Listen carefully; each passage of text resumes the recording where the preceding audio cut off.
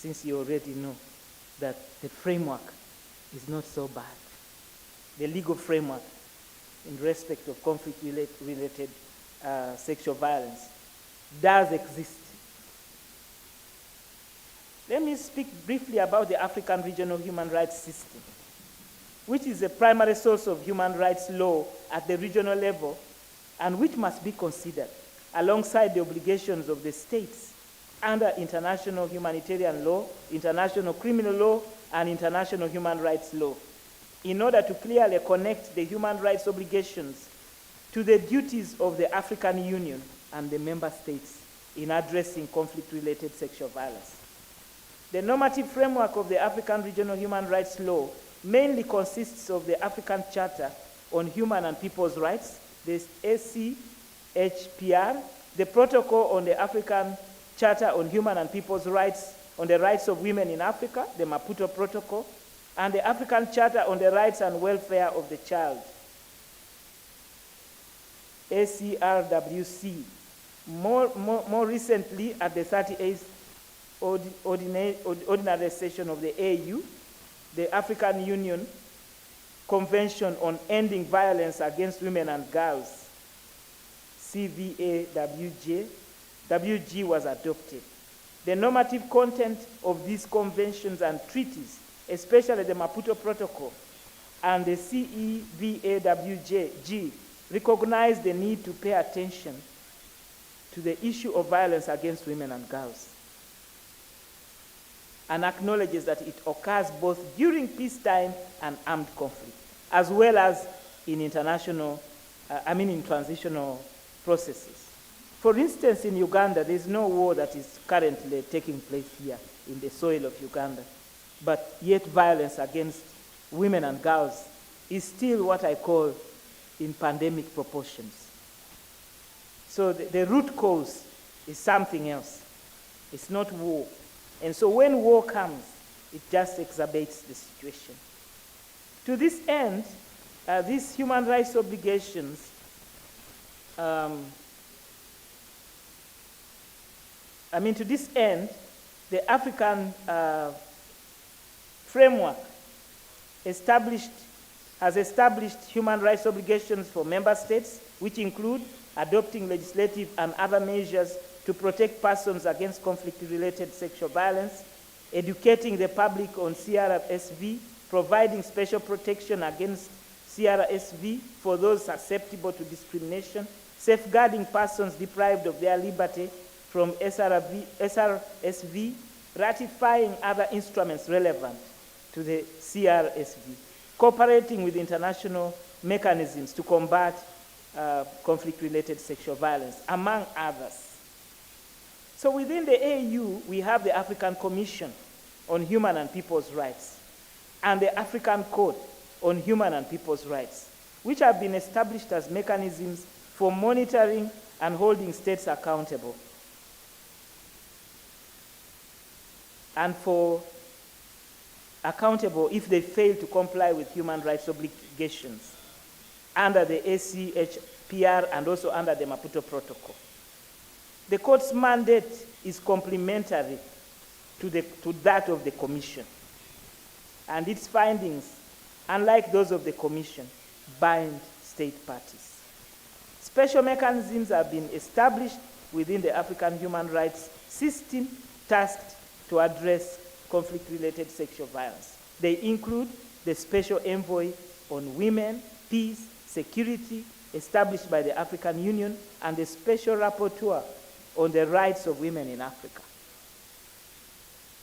The Special Rapporteur on the Rights of Women in Africa, Lucy Asuagbo, issued guidelines on combating sexual violence and its consequences in Africa, which connect the obligations of states regarding conflict-related sexual violence under the African human rights system to the international legal framework, and provide guidance on steps that AU member states should take to meet these obligations. These guidelines also advise states on investigating, prosecuting sexual crimes in conflict and crisis situations as international crimes, as well as on the types of reparations.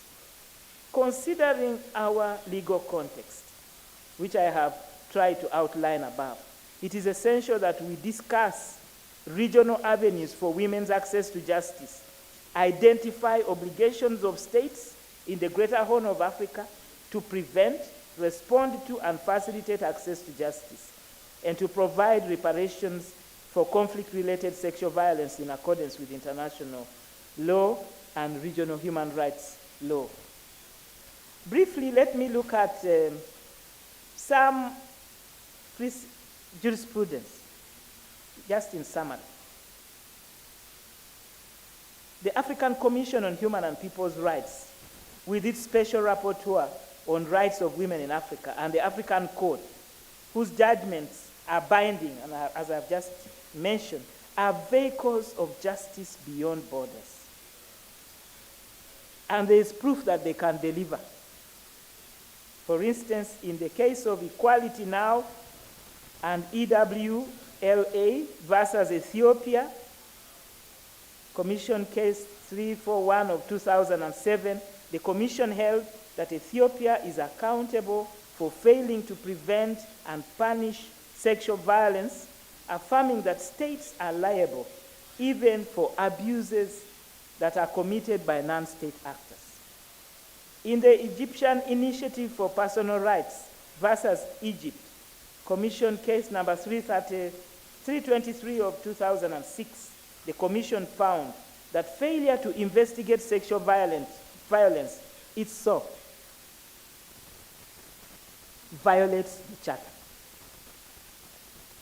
In the case of APDF and IHRDA versus Mali, application number 46 of 2016, the African Court struck down discriminatory family laws invoking the Maputo Protocol to protect women's rights. These are just a few of the cases that show that the African system has teeth. It can pressure states, shape laws, vindicate women's rights when domestic avenues are blocked. I also want to comment briefly about universal jurisdiction, the outer layer of justice. What happens when even regional mechanisms falter? When ratification is incomplete, as you know that not all the instruments in the region have been fully ratified by all member states, especially members of the Greater Horn of Africa. So what happens when ratification is incomplete, when access to court is blocked, or states defy judgments? Here, universal jurisdiction becomes critical. Universal jurisdiction allows states beyond the conflict to prosecute crimes such as rape, sexual slavery, and other acts of conflict-related sexual violence as war crimes and crimes against humanity. We have seen European courts in Germany, Belgium, France prosecute Syrian and Rwandan war criminals. The same pathway must be opened for African survivors.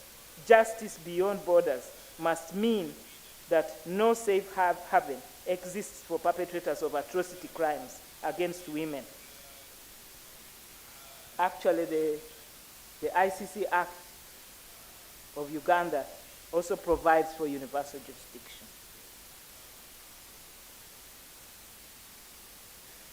What challenges must we confront?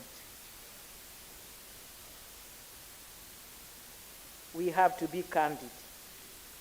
The African human rights system is under strain. Ratification gaps. Somalia has not signed the Maputo Protocol. Sudan and Ethiopia are yet to ratify. South Sudan ratified only recently, but with reservations. Secondly, limited access. Only 12 states have made Article 34, Clause 6 declaration to allow individuals and NGOs direct access to courts. Most of the others still regard those individuals who want to directly access the court, the regional court, as misguided missiles, and civil society organizations as competitors. Thirdly, enforcement failures. States often ignore court judgments, and there are no effective continental sanctions for non-compliance. If you read newspapers very well, you understand what I'm talking about.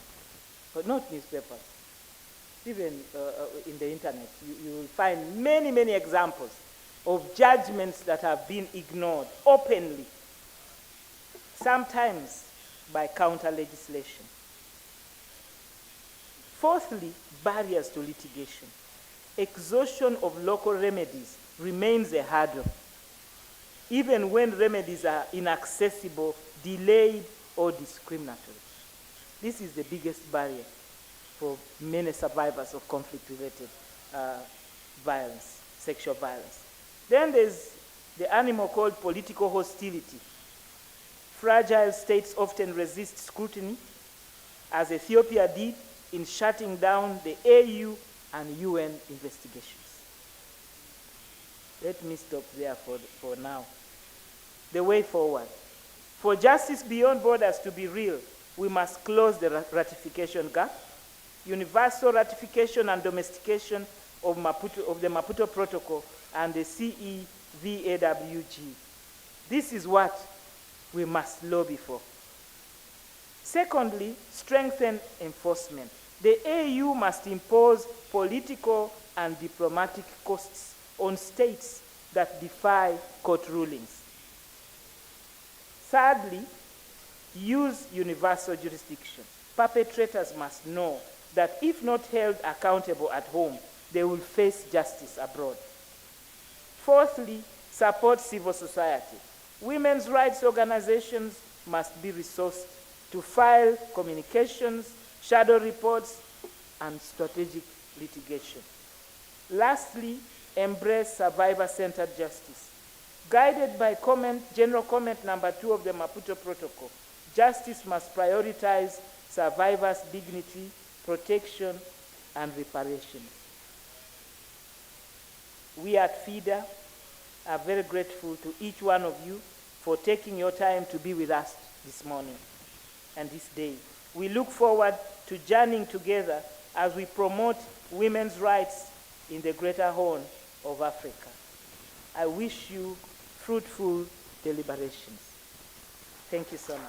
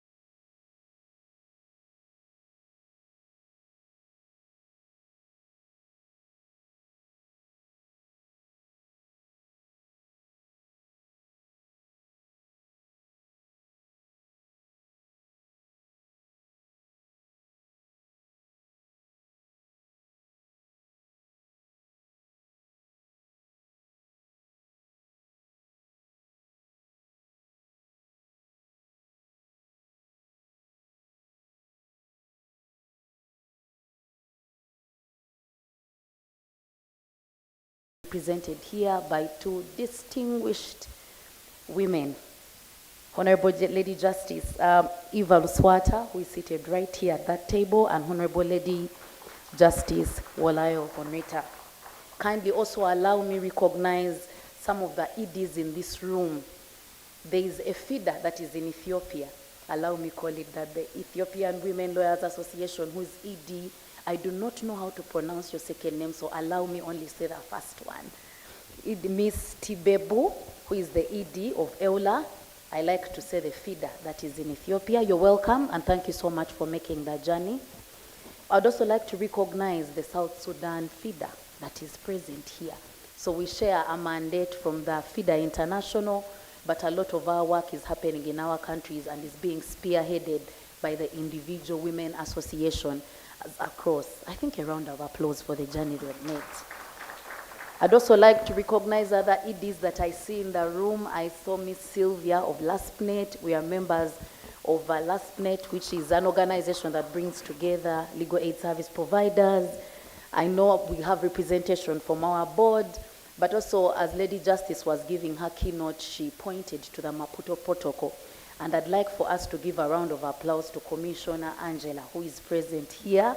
Uganda did submit their first report at the 20th anniversary of the Maputo Protocol in 2023, a process that FIDA Uganda was actually involved in, but particularly to thank Madam Angela for making sure that in whatever meeting happened, there is CSO in the room so that our reports are speaking to each other. And I think that speaks to what should be happening in other countries if we are speaking universal ratification, universal, implementation of these conventions. These are things that we should take very seriously. In case you haven't heard your name, it's not that you're not important to us. You really are. I also know that in case I do not mention your name, please know that we thank you very much. I know we have government bodies like the Uganda Police that is present here, the Uganda Human Rights Commission that is present here, ICTJ, which has been a leading institution in doing work on transitional justice, which is an important part of this conversation today. We have representation from Ministry of Justice. Thank you very much. We have representation from IUIU, KCCA, but also allow me recognize a very unique brand of delegates that we have today. That is the FIDA University chapters. FIDA runs a chapter of students in different universities so that we can have many more Lady Justice Susan Okalanyes in the future, so that we are going to have many more Her Excellency Brendas. And you are special to us for the representatives that have come from those university chapters, and the work that you do is recognized and is valuable to the women's movement. Sorry. Allow me. All right. I've also been informed one of the partners around the work we have been doing on children's rights, UNAFRI, which is represented here by the presidential candidate, Mr. Andrew Munanura. Sorry, presidential, sensitive time, not that one, not the presidential candidate. I do not want this meeting to end very soon. But yes, thank you to everybody. I also recognize the presence of IDLO, which has been a valuable partner, not just to NGOs in this room.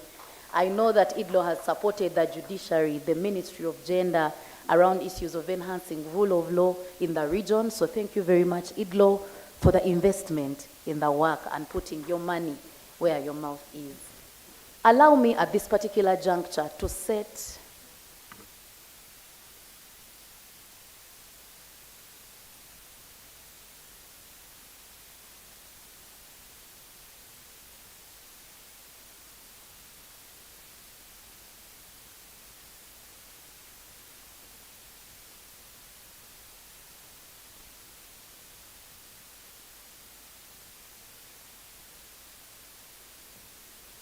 Thank you, CEO, for the guidance. Yes, I have been corrected that Mr. Andrew is the deputy from UNAFRI, and I've been told, Yvonne Mpambara, who is my OG, fellow feminist, also a presidential candidate, kindly wave to us, ladies and gentlemen. Yes, you're welcome, Yvonne Mpambara. She's been a strong activist around issues of sexual reproductive health of women. I remember FIDA has done a lot of work around period poverty, and she was on the other end coordinating a consortium around the East African region around addressing those issues. We are glad to have you here, Yvonne, and thank you very much. So allow me move to the next part of the agenda, which will lead us into break. I want to welcome one of the hosts of today's conversation, the ED or the country representative, our team lead from CIHANET, which doubles as a partner, as a development partner, as a thinker with us. We think together, we write together, we lobby together, we look for money together. When they give us the money, and we do this work.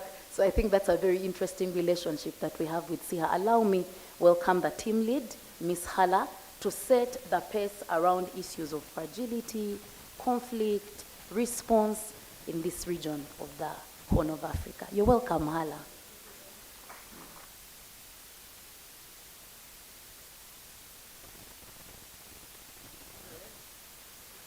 Well, I'm not going to talk too much. I think Justice Susan has said the scene already. My name is Helen Karib, and I work as the Regional Director of the Strategic Initiative for Women in the Horn of Africa. Honorable and Excellencies, I'm quite pleased to be here.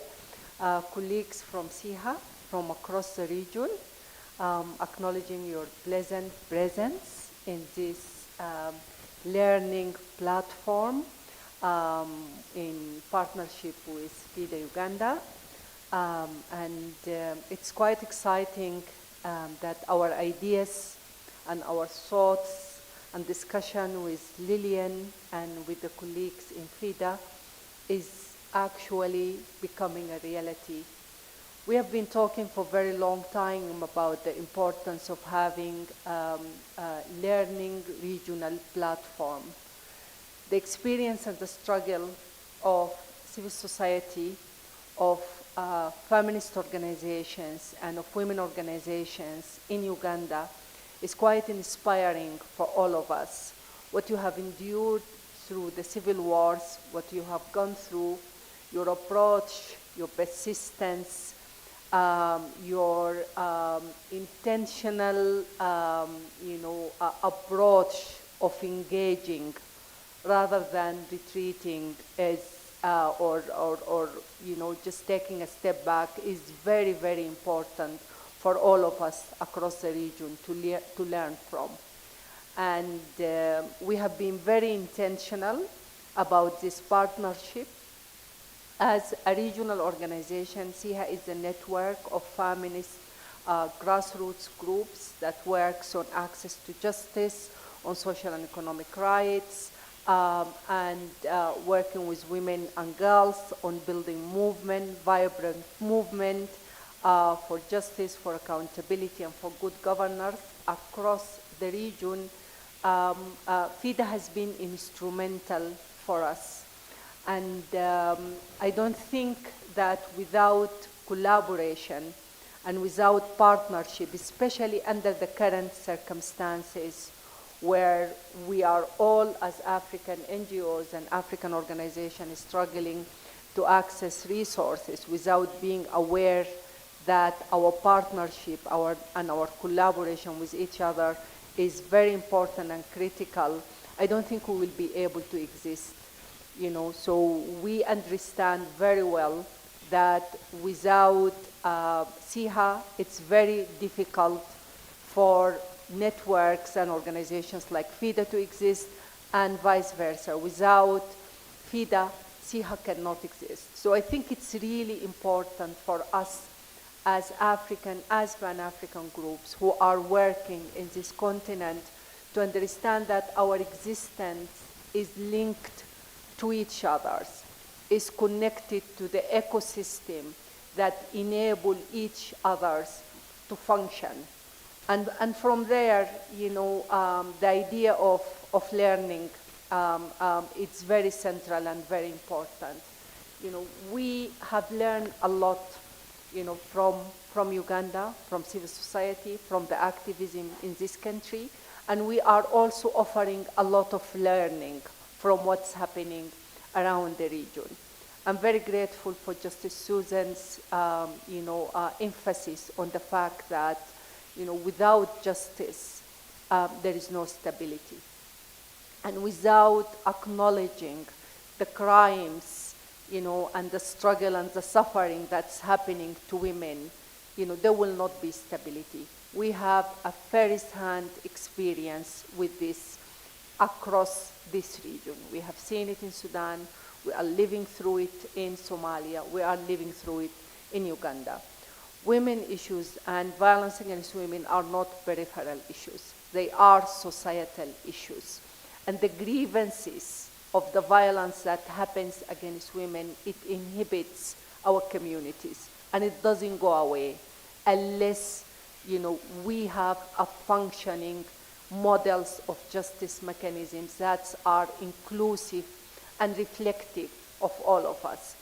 And this is why, we believe that an inclusive models of transitional justice are critical for all of us. transitional justice that include women, that include civil society, and include all actors for us to live in peace and in harmony, rather than keep passing, the grievances and the anger and the trauma generations to generations. And that's really very, very important. The other important point that I would like to stress, and it was mentioned on Justice Susan's presentation, is the importance of supporting litigations and how critical to support lawyers and to support paralegals and to support community mediators who promotes justice and accountability at the grassroots level. Because that's really very important in shifting our awareness and our conscious, and the fact that we should not halt or take justice matters into our own hand, but we remain committed to the principles of human rights, and as a foundations of peaceful coexistence. And I think we are going through a very difficult and complex era where support for litigations is becoming more and more complex. And this is why we are really keen on this partnership. I would really, encourage you to take advantage of being together today, to ask questions, to present, your challenges very freely. This is a safe space. We are all here to learn and to deliberate freely and without restrictions, and to take advantage of the scholarship and of the knowledge that's available around the room. And I really wish you a very, very successful day. Thank you very much. Yeah.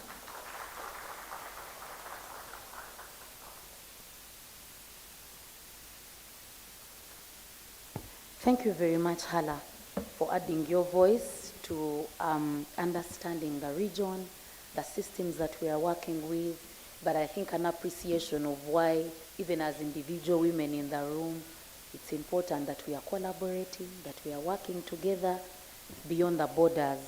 Kindly allow me recognize the participation that we have online. We are streaming on YouTube and on Zoom. So kindly feel free to get a link from any of the members of the feeder team that are present at the back. But also allow me recognize the CEO of the Uganda Law Society, Ms. Christine. I see you here. Thank you for coming. But I also see many members of the Uganda Law Society present here. Thank you for making the time.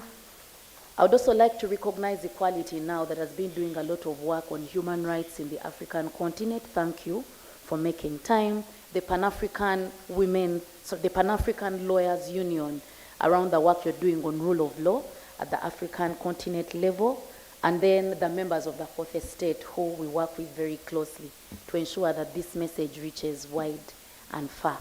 It's time for our tea, finally.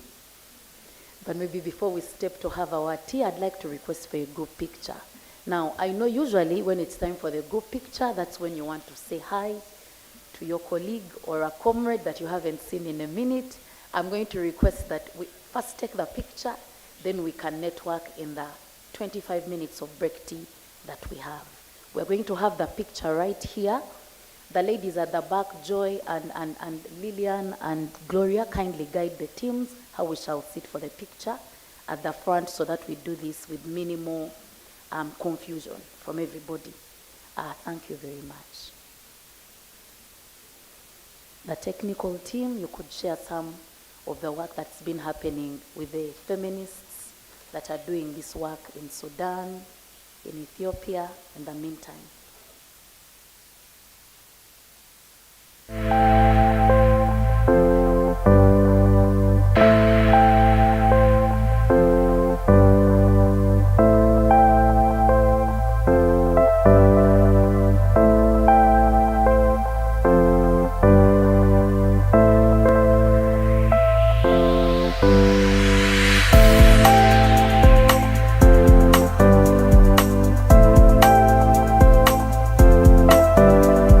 ሰላም እንዴት ናችሁ? የዓለም አቀፍ ሴቶች ቀንን ለማክበር ነው። ዋናው የዛሬው አጀንዳችን ምንድነው? ብዙ ጊዜ ሴቶች ወይንም ሙቭመንት ውስጥ ያለን ሴቶች ብዙ አይነት ኤፈርት አድርገናል አይደለ? ግን ሁሌ ምን አረጋችሁ ይኸው ሴት የተደፈረች ምንድነው እየተባለ አንደርማይን ይደረጋል፣ ይናቃል፣ የምንሰራው ስራ ቦታ አይሰጠውም። ሶ ምን የሚል ሀሳብ አመጣን? ሁሌ ማርጅሬትን ስናወራ ላይክ ችግሮቹ እንዳሉ ሆነው ዊኖቻችንን እኛ በምናደርገው ስትራግል ግን ምን አይነት ለውጥ መጣ የሚለውን ዛሬ ለመነጋገር ነው የመጣ ነው። የምንወደው ቦታ የራሳችን ሰውነት እኛ ራሳችንን እስቲ ሹሩ እንበላ ታፕ ያደረግን እዚህ የነካ የምንወደውን ሰው ወይንም የምንወደውን ቦታ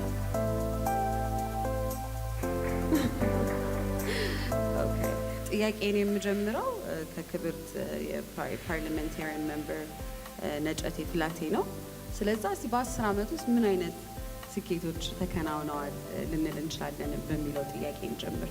ሴቶችን ሊጎዱ የሚችሉ ወይም ደግሞ በደንብ ያልታዩ ህጎች በሀገራችን ተሻሽለዋል በዚህ 10 ዓመት ውስጥ።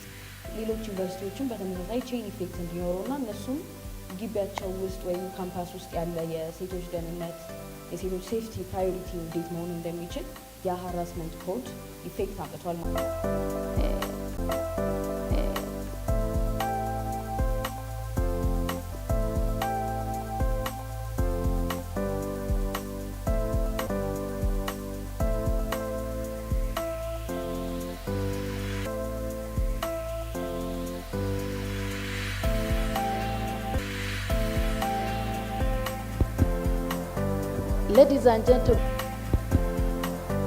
Ladies and gentlemen, we are doing exactly what we had agreed not to do. Move to the front for the picture. Then we can say hello as we share a cup of tea so that we don't lose time.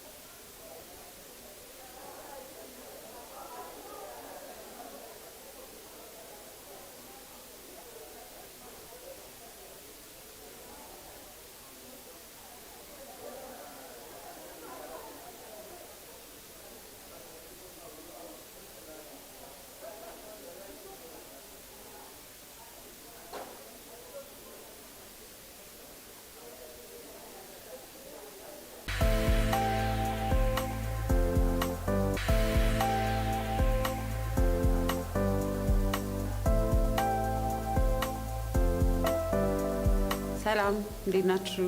የዓለም አቀፍ ሴቶች ቀንን ለማክበር ነው። ዋናው የዛሬው አጀንዳችን ምንድን ነው? ብዙ ጊዜ ሴቶች ወይንም ሙቭመንት ውስጥ ያለን ሴቶች ብዙ አይነት ኤፈርት አድርገናል አይደለ? ግን ሁሌ ምን አረጋችሁ ይኸው ሴት የተደፈረች ምንድን ነው እየተባለ አንደርማይን ይደረጋል፣ ይናቃል። የምንሰራው ስራ ቦታ አይሰጠውም። ሶ ምን የሚል ሀሳብ አመጣን? ሁሌ ማርጅሬትን ስናወራ ላይክ ችግሮቹ እንዳሉ ሆነው ዊኖቻችንን እኛ በምናደርገው ስትራግል ግን ምን አይነት ለውጥ መጣ የሚለውን ዛሬ ለመነጋገር ነው የመጣ ነው። የምንወደው ቦታ የራሳችን ሰውነት እኛ ራሳችንን እስቲ ሹሩ እንድንበላ ታፕ ያደረግን እዚህ የነካ የምንወደውን ሰው ወይንም የምንወደውን ቦታ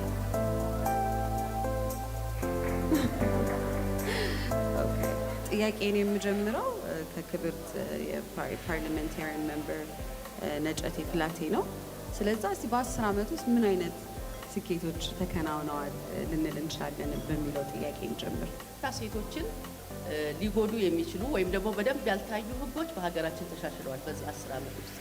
ሌሎች ዩኒቨርሲቲዎችን በተመሳሳይ ቼን ኢፌክት እንዲኖረውና እነሱም ግቢያቸው ውስጥ ወይም ካምፓስ ውስጥ ያለ የሴቶች ደህንነት፣ የሴቶች ሴፍቲ ፕራዮሪቲ እንዴት መሆን እንደሚችል የሀራስመንት ኮድ ኢፌክት አምጥቷል ማለት ነው። መልቲፕል ዩኒቨርሲቲዎች ከዛ በኋላ ያንን የየዩኒቨርሲቲያቸውን እንትን አፕዴት ማድረግ ችለዋል ኮዱን ማለት ነው ህጉ። So it's really difficult, you know, like ሴቶች ስለማይችሉ አይደለም እንዳይችሉ ከሚጎትታቸው ነገሮች እነሱን ሪቫይዝ ያስደረጉት የሀራስመንት ኮድ አንዱ ነው።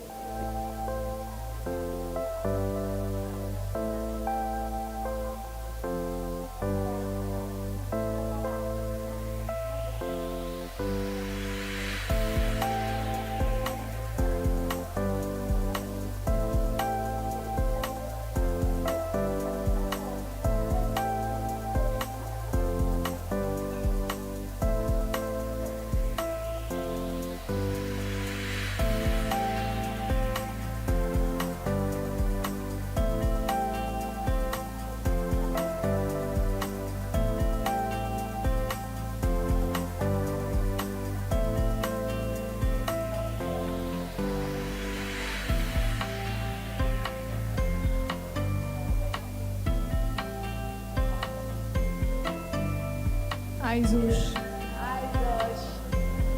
Wonderful woman. Wonderful woman.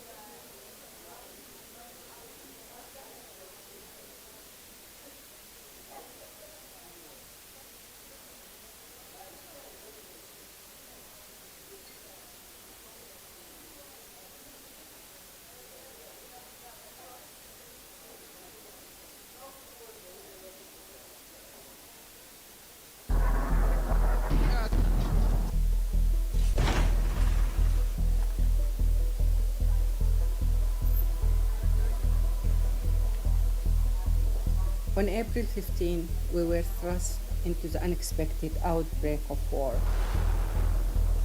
forcing SIHA, my organizations, to quickly adapt. At the time, 35 staff were based across Sudan, alongside more than 100 grassroots women groups affiliated with SIHA. Our main office was in Khartoum, with others in Blue Nile, West Darfur, South Darfur, North Darfur, and Kassala states. As Khartoum and Darfur become a central battleground, many staff lost access to their offices and their homes. Since then, SIHA main office has been displaced twice, following the loss of access to our headquarters in Khartoum.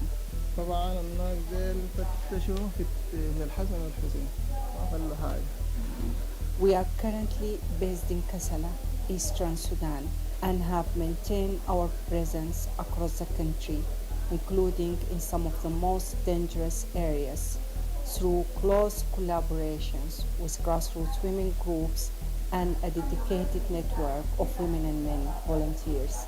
Over the past 2 years, we have channeled our core resources to support women and girls, especially survivors of conflict-related sexual violence.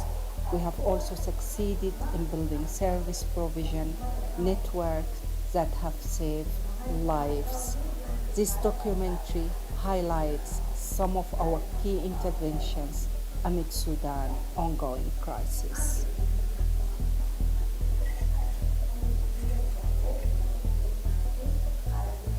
In response to the ongoing crisis, SIHA Network has established women community kitchens across Sudan, led and coordinated by women. The women-led kitchens offer critical food support to women-headed households, older women, pregnant women, children, persons with disabilities. They also serve as a safe and empowering spaces where women demonstrate leadership, support one another, and care for their communities amidst a crisis. SIHA Network has been closely monitoring cases of missing and enforced disappearance among women and girls in Sudan. Our goal is to amplify the voices of victims, survivors, and their families, and advocate for stronger documentations and access to justice for the victims. As part of our Bring Back Sudan Missing Women and Girls campaign, SIHA produced a short film following a mother's search for her daughter. Where is Ruqayya? والله انت كده طلعت وما رجعت ما جات. لا ربنا يستر. ما هي طلعت ما رجعت ما لقيتوها. طلعت من البيت. هاي.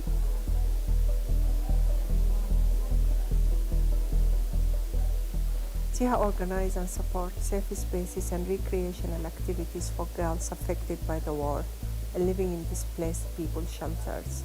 The girls have been supported to form volleyball teams and organize matches, activities that help them to build friendships, express themselves, reclaim strength and self-esteem amidst a crisis.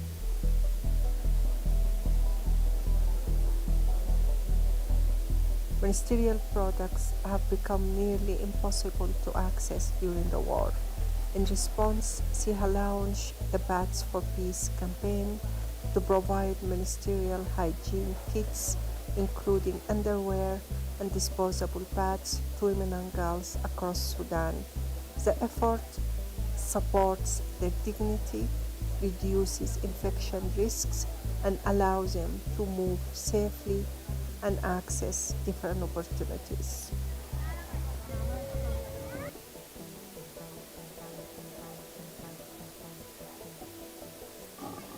SIHA is working tirelessly in supporting women affected by the war in Sudan.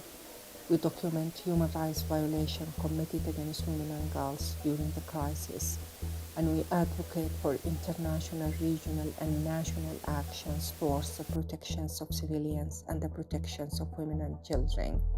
SIHA is producing press statements, reports, research papers, and documentary films and blogs written and collaborated by the Sudanese women.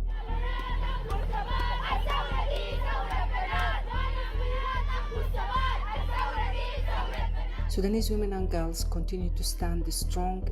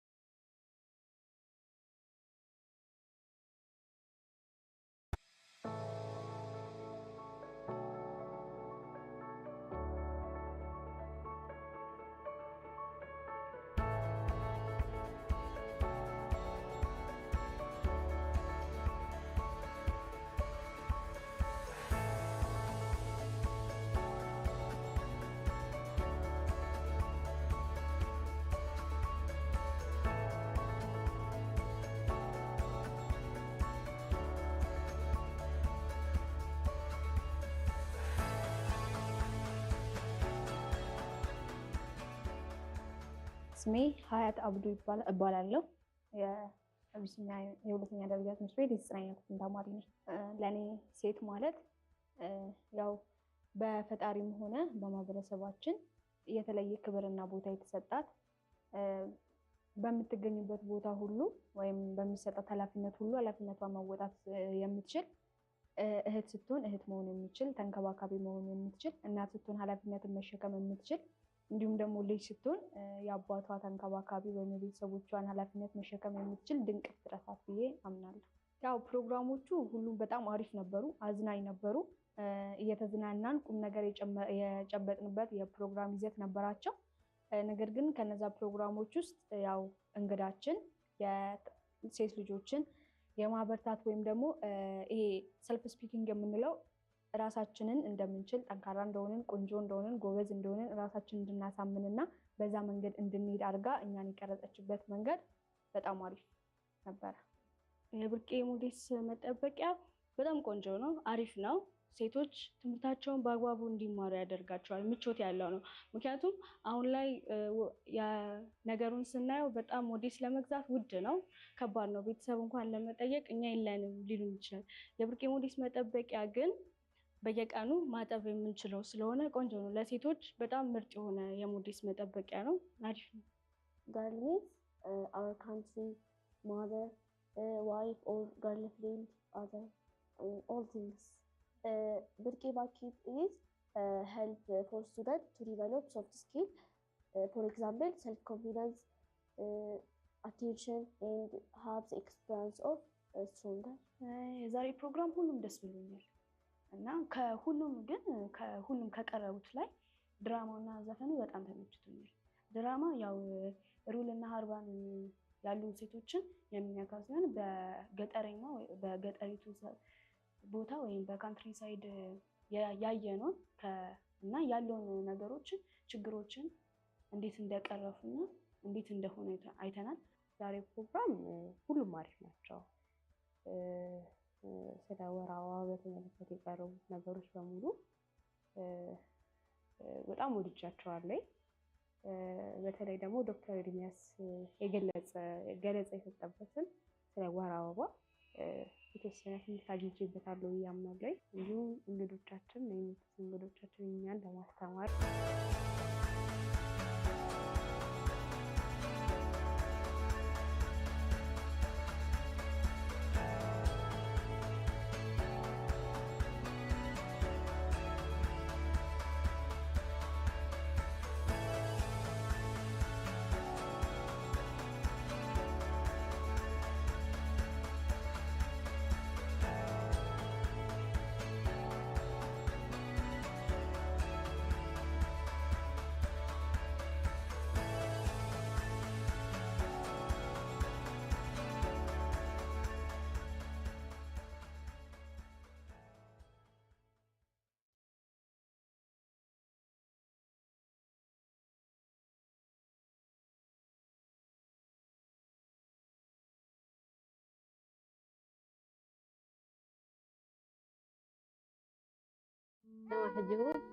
محجوب من الدعاوى مرق من مدني الدعاوى ما شافه حصلت في النار جيت تنجي ومشيت الدندر وعدك طلعت كسرة وعبرة ومشيت بيه ولدت في عبرة دي بلد الحديد النار انت بعدين جاي قوي خلاص كم مواليد شهر 8 يتسمون بالغوة صح؟ حبيبي يا ناس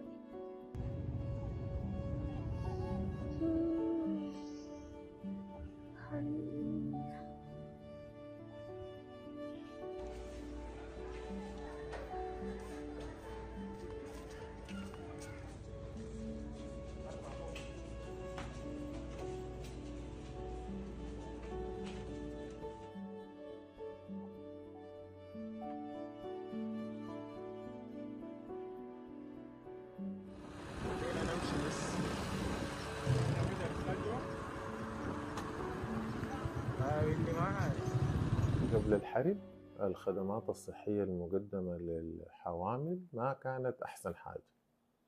يعني السودان كان مصنف من ضمن الدول اللي وفيات الأمهات فيه كانت عالية، اللي خدمات تنظيم الأسرة فيه ما كانت مغطية كل السكان، كان في ندرة في توفير خدمات تنظيم الأسرة، اللي وفيات حديث الولادة كانت عالية، والخدمات الصحية كانت للأسف مدفوعة الأجر. المشكلة الحقيقية في الرعاية الصحية كانت التغطية ما كانت كفاية. يعني احنا بنقدر نقول ان التغطية كانت فقيرة بالنسبة للحوجة حقت النساء، عشان كده كان بتحصل الحوادث هي حقت وفيات الأمهات، ده غير الحوادث اللي بتكون لها علاقة بمشاكل وتعقيدات الولادة نفسها. المجتمع عندنا أقل التزاما بالجانب الصحي، والسلوك حقه حق انه يمشي المركز الصحي، او السلوك حق انه يعني يتابع الوضع الصحي بيكون بسيط ما كبير. فعشان كده بكون دائما في مناطق لحد هسه ممكن تحدث فيها ولادة بالحبل مثلا، اللي هي حاجة ممكن تكون انتهت، انه في السودان كله ممكن تكون انتهت. فكانت الناس شغالة على مسألة تقليل وفيات الأمهات، صح التغطية بسيطة ولكن كان في شغل.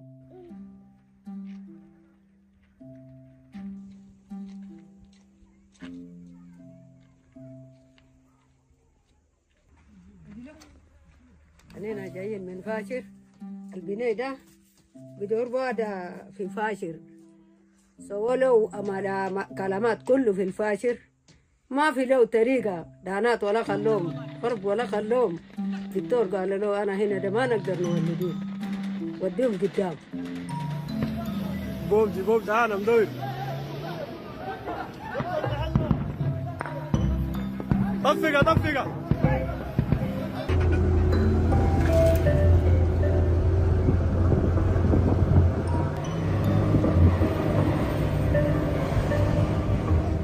والله شهر الشيء في الفاشر لحد إلى فانقا تمينا قريب 4 يوم، وبعدك جينا صرت لنا عربات في الشهر، وجينا بعد 4 يوم، ومن هنا قبل مشينا الأسبوع كامل في الجول، وما قدرنا جين عشان نجي.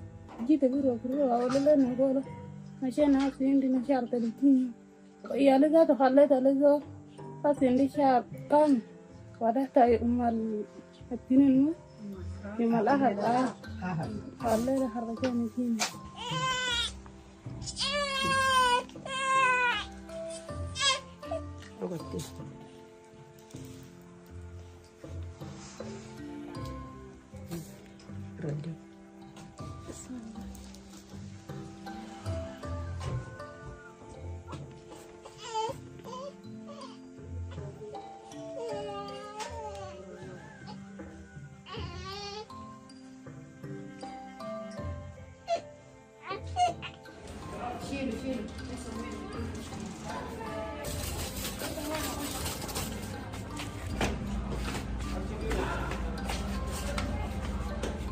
إلا من 3 من خرطوم كان حامل عندي 7 شهور. هنا جيت عملت 3 شهور كنت في المينا، يعني كنت في حالة صعبة شوية. يلا يمروا طيبة، جيت المستشفى وعملت العملية اللازم يسمى معي ولدتها، يلا يمروا كويسين، نحن نشكر.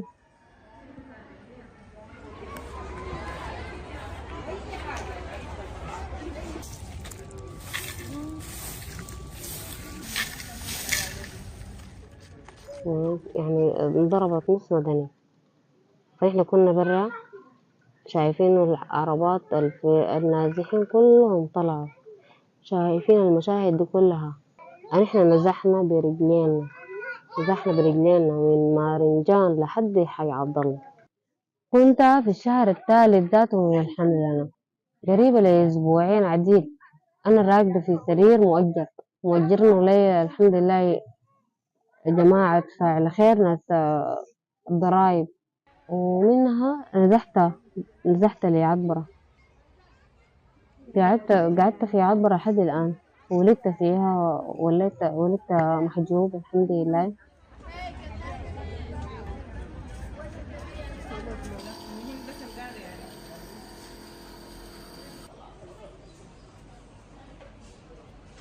بعد اندلاع الحرب في 15 أبريل، من جملة السودانيين اللي كانوا متأثرين بالحرب اللي هم أكثر من 11 مليون، كان في 2 مليون من النساء هم محتاجين رعاية صحية أساسية، يعني خاصة لها علاقة بالحمل، يا رعاية صحية أثناء الحمل، يا رعاية صحية لأطفال مولودين في وضع حرج، أو الحمل الحرج نفسه، الحمل اللي فيه مخاطر وكده. تم تهديد الرعاية الصحية دي بشكل كبير، لأنه في 60% من المستشفيات والمراكز الصحية المخصصة لحاجة النساء لحوجاتهم ولصحة النساء هي خرجت من الخدمة أو تم تهديدها، أو إن هي ذاتها كانت يعني تم استخدامها كسكنات عسكرية. الآن خدمات الأمومة الآمنة فيها مشكلة، في صعوبة في توفير مقومات العمليات القيصرية، في صعوبة في الحفاظ على حياة حديث الولادة وخدمات الحضانات، في استحالة لتقديم خدمات تنظيم الأسرة، وفي زيادة في حالات احنا بنسميه العنف المبني على النوع، وأصبح النساء هم جزء من أدوات الحرب، وللأسف نتجت عن بعض هذه الحالات حالات حمل. الآن مع الحرب حصل اختلاط كبير ونقص كبير في الأعداد بتاعت الأطباء النساء والتوليد أو الأطباء بشكل عام في الولايات، وحتى ابتداء من ولاية الخرطوم. يعني ولاية الخرطوم ممكن نقول إنه كان فيها أكثر من 500 طبيب نساء وتوليد. الآن الموجودين في ولاية الخرطوم including درمان ما بيفوتوا 10 أطباء. في تحديات كبيرة بتواجه المرأة الحامل أثناء الحرب. أولا إنه في كثير من الأحوال بيكون الحمل نفسه غير مخطط له، يعني الحمل ما مقصود نسبة لعدم توفر وسائل تنظيم الأسرة. الأسرة في حالة ضنك شديد، في حالة عوز شديد، في حتة مقطوعة، مؤجرين بيت بسعر ضخم جدا، فالحمل نفسه ما كان مخطط له. اثنين، أثناء الحمل ما في تغذية جيدة، ما في فيتامينات كفاية، في مناطق حتى الوصول إلى الطبيب أو إلى القابلة أو إلى الزائرة الصحية محفوف بالمخاطر. المؤسسات الصحية نسبة لضعف الدولة حاليا معظمها أصبحت بالقروش، يعني فأصبح تقديم الخدمة مرات كثيرة ما بكون مجانا، وحتى لو المؤسسة مؤسسة خاصة بيكون يعني مقابلة الطبيب أصبحت بسعر ضخم جدا مع التضخم الاقتصادي والإنفليشن الحاصل. أيضا ارتفعت أسعار الولادات الطبيعية أو القيصرية في المستشفيات الخاصة، وانعدمت في مناطق كثيرة جدا فيها حرب، فأصبحت الولادة نفسها غير آمنة. وحتى بصراحة احنا بنلوم المنظمات العالمية سواء كانت الUN والWHO، توصيل الخدمات بالنسبة لنا أثناء الحرب كان أقل من المتوقع من المجتمع الدولي.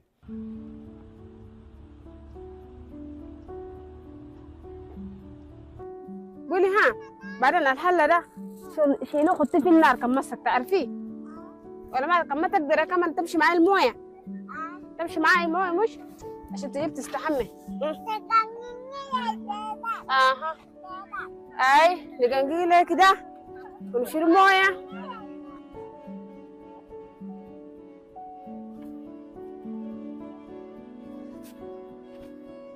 سلام.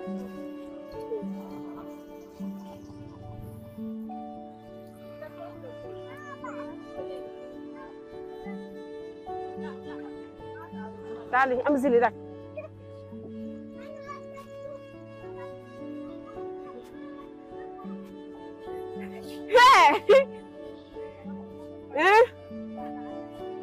لالو اجدو ابو طويل والله قاعد الحمد لله يا اسمي شنو ده. جربت ولا لسه؟ جربت ولا ما فضل لي حاجه في ايامي ده، قاعده بس لكن اي والله تعبانه، والله تعبانه شديد مره واحد. عامل ان شاء الله قاعده نتابع. مشي شهري تيزي يوم 28، ثاني حددت لي قال نمشي شهر 10 يوم 7، لكن ما قدرت مشيت من التورم وشنو. ممكن كده ها سوائل ذاته ما في، لكن الله كريم صعبة شديد. وقرش ما في عشان تبي توفر حاجة ذات تتخزبه.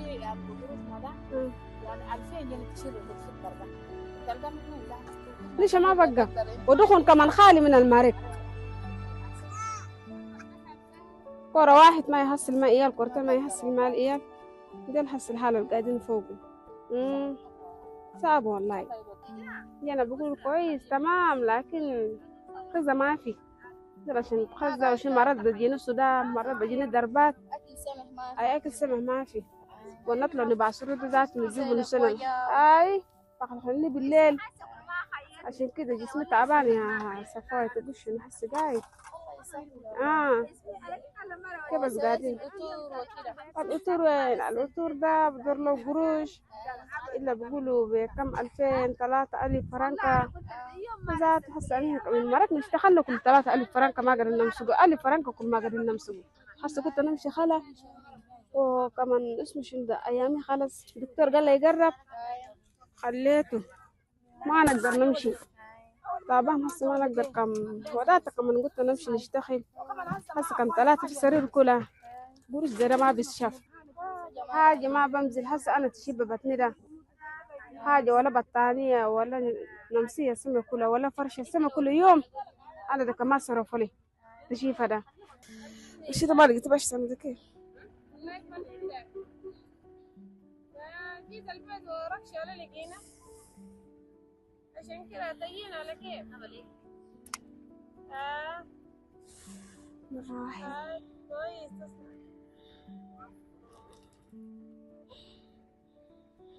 والله عندها وجع.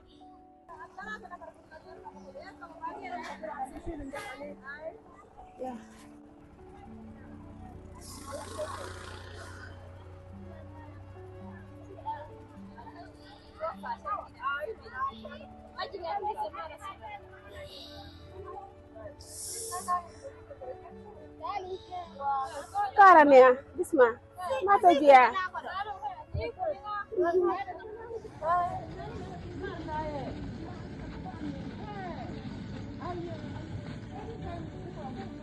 إذا أسبوع قاعدة تعرف في البيت بعدك طريقة ما في، يجوا أهلي من بعيد والجيران ذات لمه ما قصروا ودوني المستشفى. أخذت زي كم دقايق حتى ودعتنا جناي كويس، لكن أنا بس تعبت.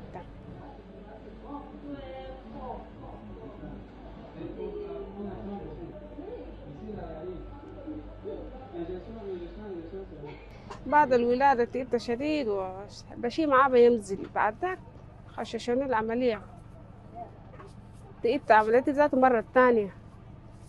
شفت كيف المرة الثانية خششوني العملية. يعني هس مركنا يعني شفتي حس حالتين مدهور مرة واحد ما قاعد نركز ذاته.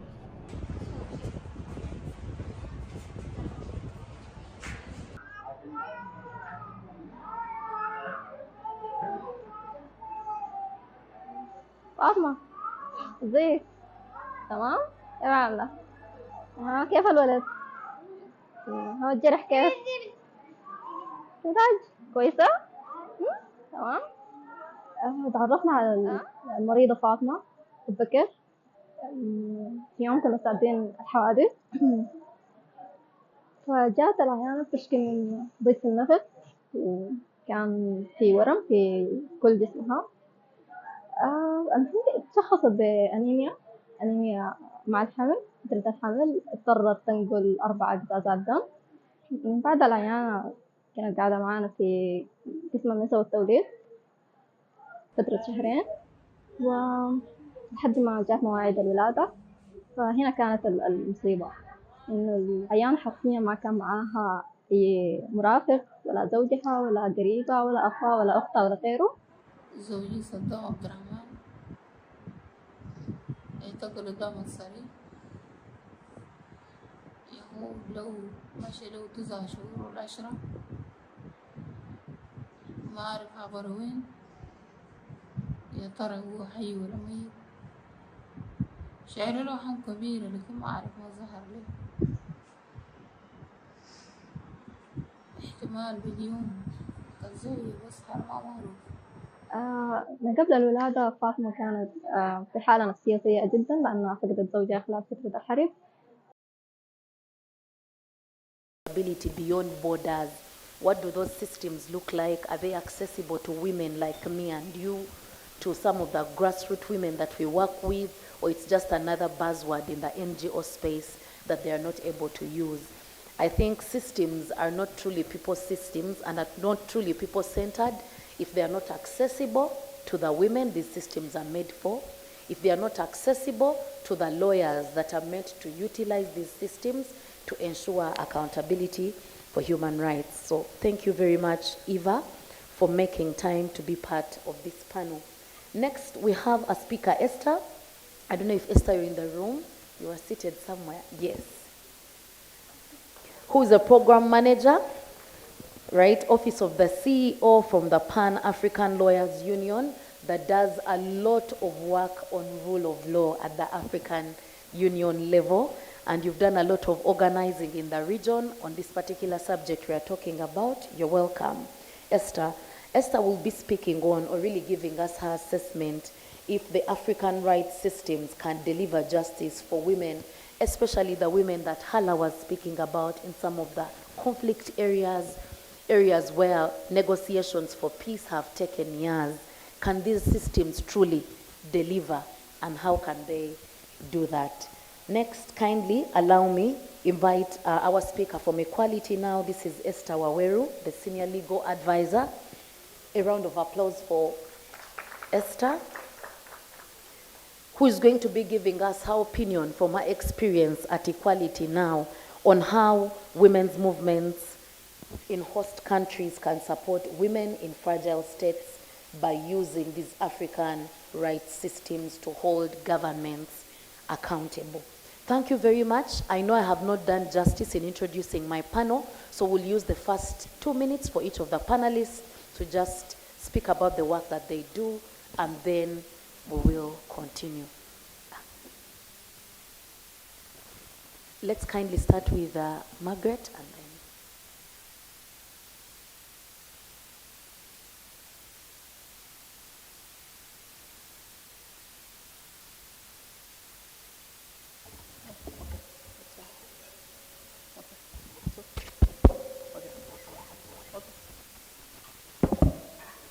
Good morning, everyone.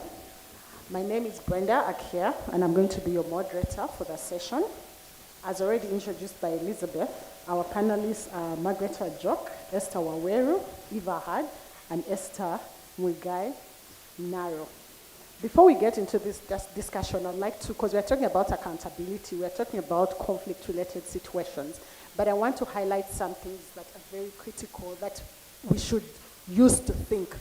Right now, at the global level, I know we're talking about Africa, the African continent, but when you look at the aspects that, even if you're looking at the law to work independent of national systems and the international framework, right now there's a conversation on the Convention on Crimes Against Humanity.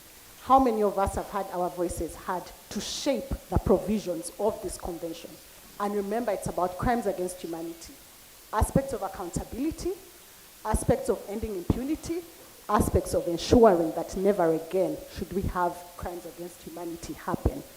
In Africa, we have so many conflicts. So a take home for us, because we're involved in that, how many of us have our voices being heard? So that we stop having a conversation. When the convention comes out, you start saying, oh, this does not fit the African context.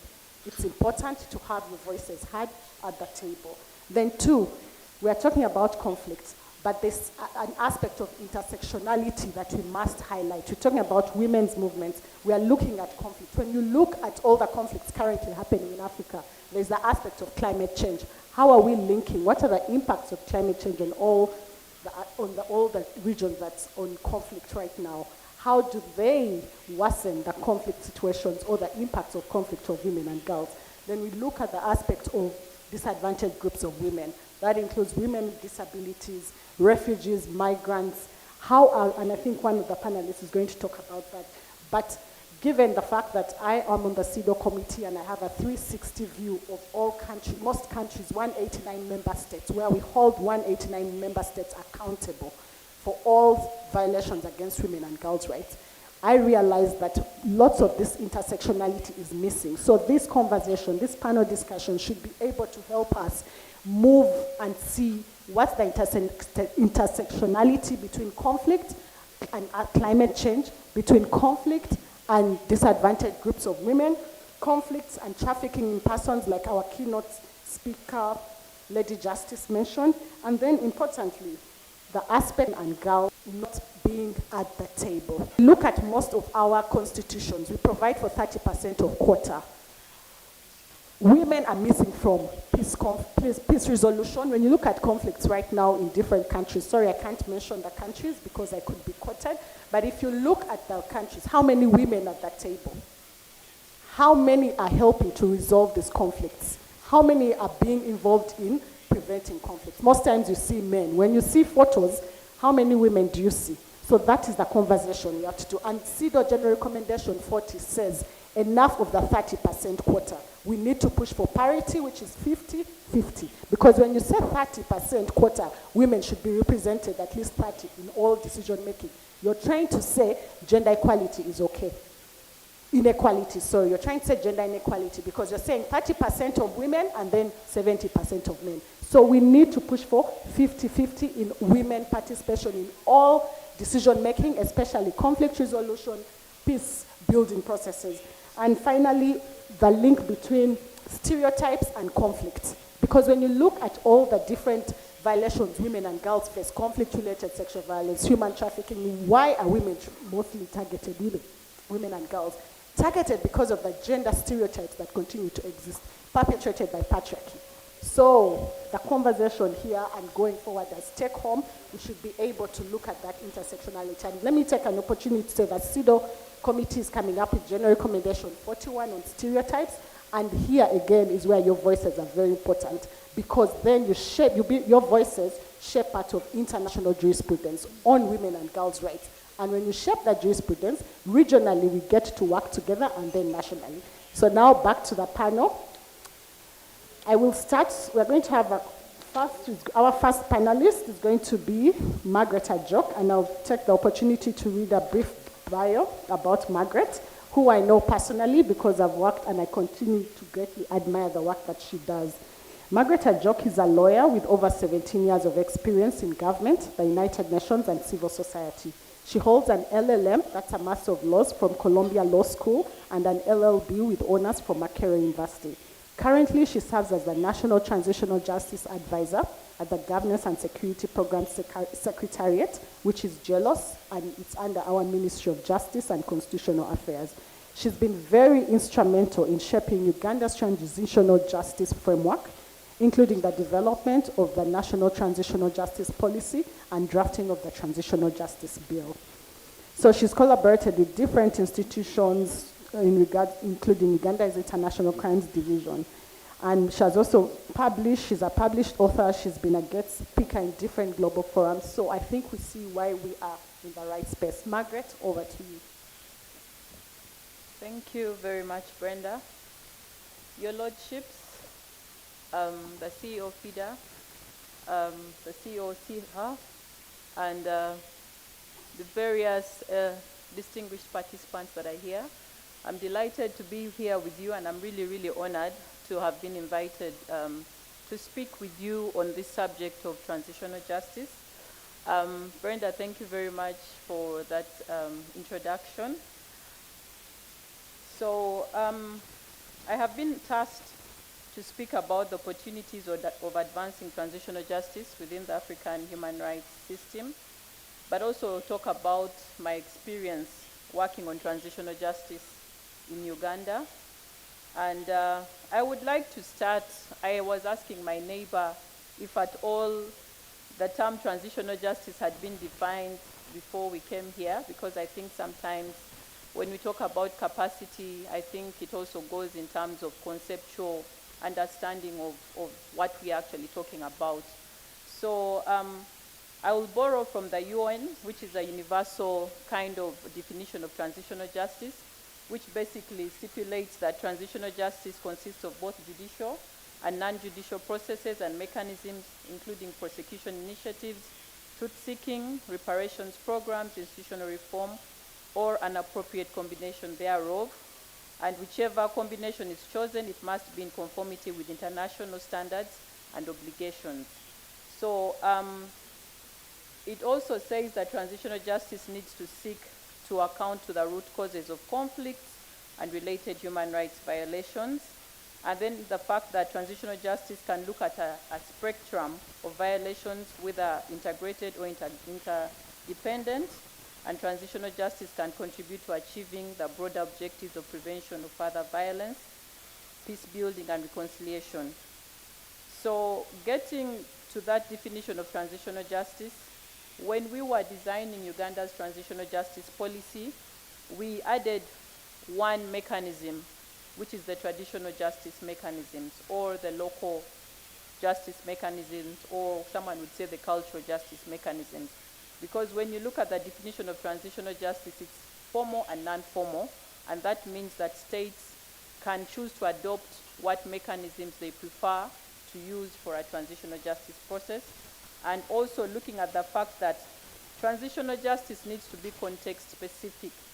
And that means intrinsically all states that intend to adopt transitional justice processes need to be aware of their contexts. We say that transitional justice cannot be replicated.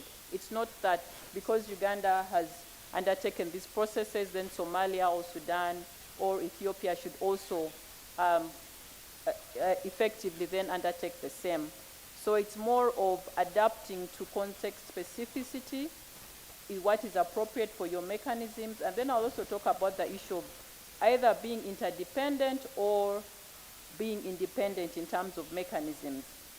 In the Ugandan context, we have seen more of, I would say, more of a holistic kind of approach where we have pursued prosecution initiatives. We've had the local mechanisms also ongoing. And then with the reparations programs, which I'll talk about later, we've had some kind of mixed approach where there are processes that were actually undertaken before we started a transitional justice process, and then there are others that are being pursued within the transitional justice framework.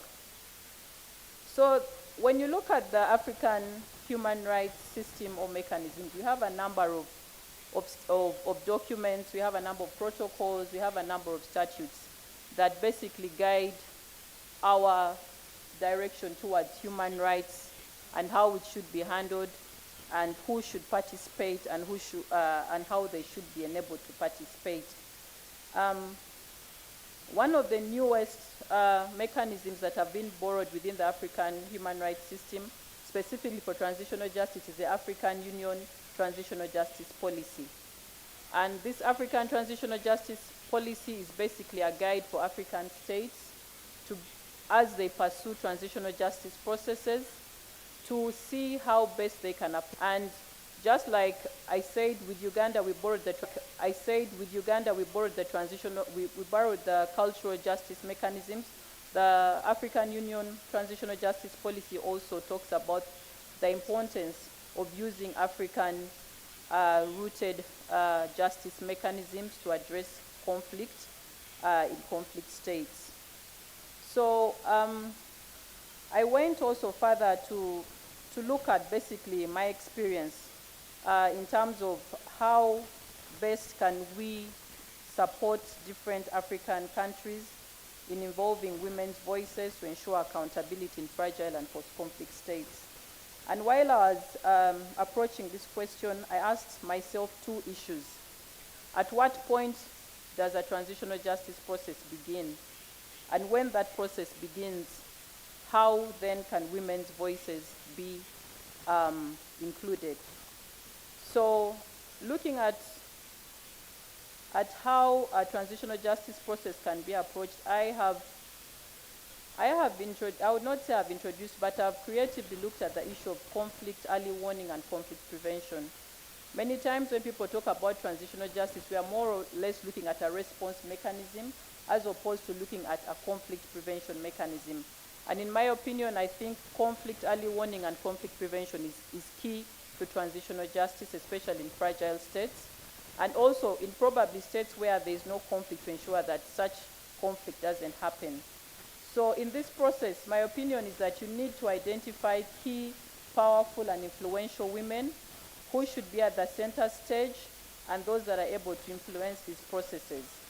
Because that is one of the issues that we have. When you talk about inclusion of women's voices, we all say, the Constitution says that women have an equal right to participate in all efforts of conflict prevention and conflict resolution. But how can it be effected? We've had various challenges. We've talked about issues of capacity. But I think the main thing that affects women's participation is the issue of power.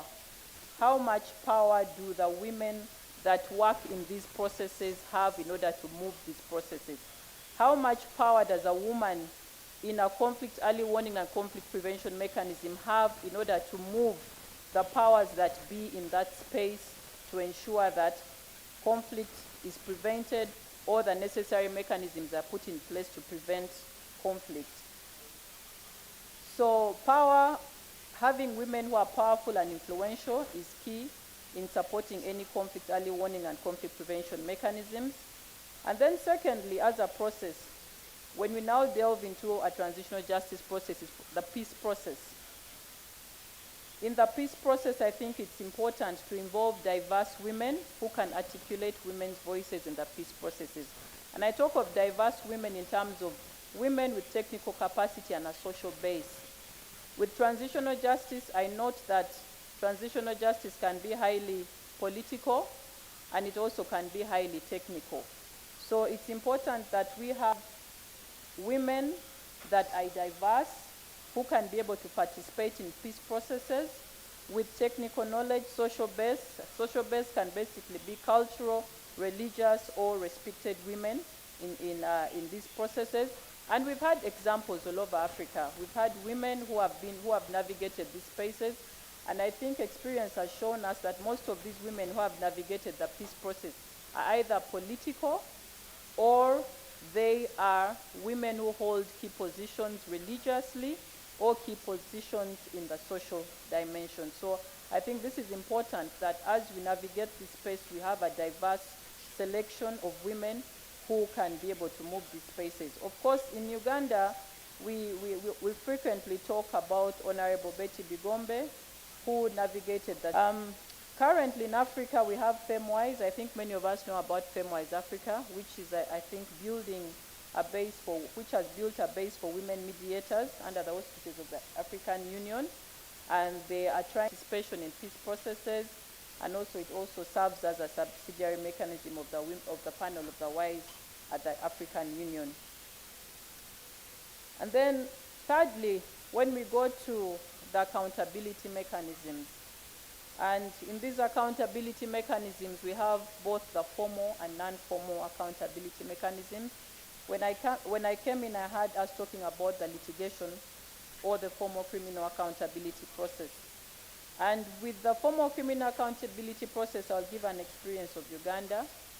When the International Crimes Division, which was initially named the War Crimes Division, at the initiation of the trials in this court, I would be honored to say that the chief prosecutor of that under the DPP was the late Joan Kagezi, who led she helped lead the investigations and prosecutions of the Core Yellow case. We also had the late Honorable Lady Justice Elizabeth Nahamia. We have Lady Justice Susan Okalany, who is here, who was quite instrumental in that division. I remember she was the judge that ruled on the admissibility of Victims' Counsel, which I think was a great achievement for the International Crimes Division, because we know that in the criminal justice process in Uganda, victims do not have a space to speak in the criminal justice process. But with her guidance, we had that accepted for the International Crimes Division. The importance of having women in these spaces is that they can relate, they can identify with the victims, and I know that working with these strong ladies, we were able to navigate spaces for conducting a witness impact and victim impact assessment. They were able to study whether these witnesses could testify before trial, after trial, and then also how they should be supported after the trials. So it's important that even in these accountability mechanisms, we have women, technical women, who can navigate the spaces and influence those spaces. I think I still remember that even with the Koyelo case, I don't know if there are some prosecutors here, there was an issue with the admission of, with the charging of sexual and gender-based violence crimes. It was a challenge even at the investigation stage where I think some witnesses, did not want to testify, but because of the tact, and also I would say that issues of identity, they were able to testify and participate in these cases. And when it comes to the alternative justice mechanisms, which are the non-formal justice mechanisms, this is one of those areas that I would say that is it's kind of chartered waters, because when you talk about cultural justice mechanisms and then you talk about marginalization of women, I think it's one of those areas that is not so much favored, because intrinsically people imagine, or there's experience that these mechanisms do not support justice for women. But working with cultural institutions, I know that there are certain spaces where women can be supported for accountability mechanisms.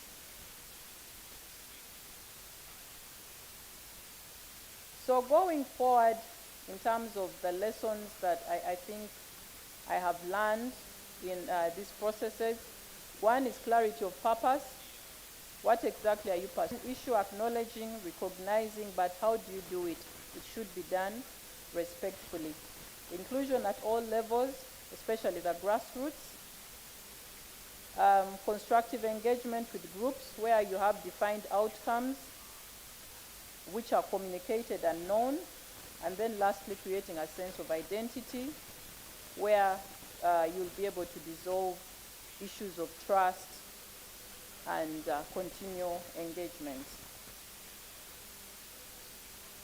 So this is what I thought I could share with you. Thank you. Thank you very much, Margaret. And we'll move to our second speaker, who is online, Eva Nud. Please forgive me if I'm not pronouncing your name right. But Miss Eva is an experienced human rights lawyer specializing in international justice, refugee law, and the protection of vulnerable groups. She has worked extensively in the United States, Europe, and across Africa, including Kenya, Uganda, Sudan, Zimbabwe, Gambia, Libya, and Algeria, focusing on enforced disappearances, torture, and sexual and gender-based violence. She has collaborated closely with the African Commission on Human Rights and Human and People's Rights, contributing to guidelines on the protection of persons from enforced disappearances and supporting the creation of a torture reporting mechanism. She regularly trains lawyers and human rights defenders on documenting violations, interviewing survivors, and preparing submissions to regional and international bodies. She has also published widely on women's rights, sexual violence prosecutions, and victim protection in international tribunals, reflecting her deep commitment to justice and accountability. Ms. Eva, over to you.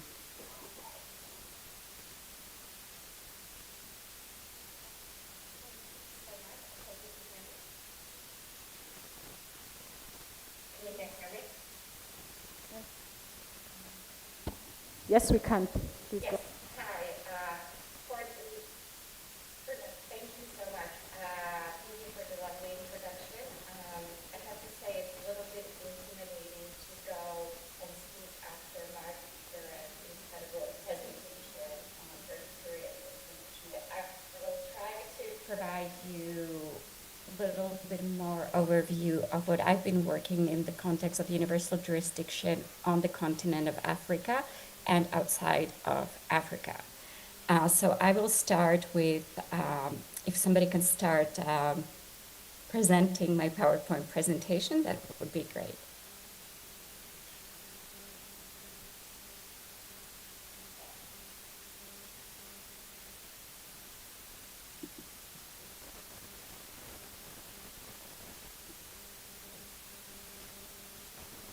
Is it on?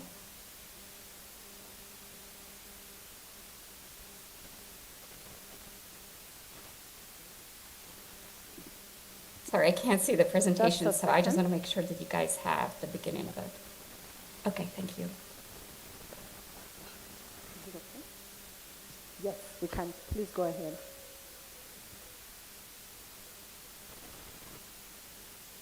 Okay, perfect. Thank you.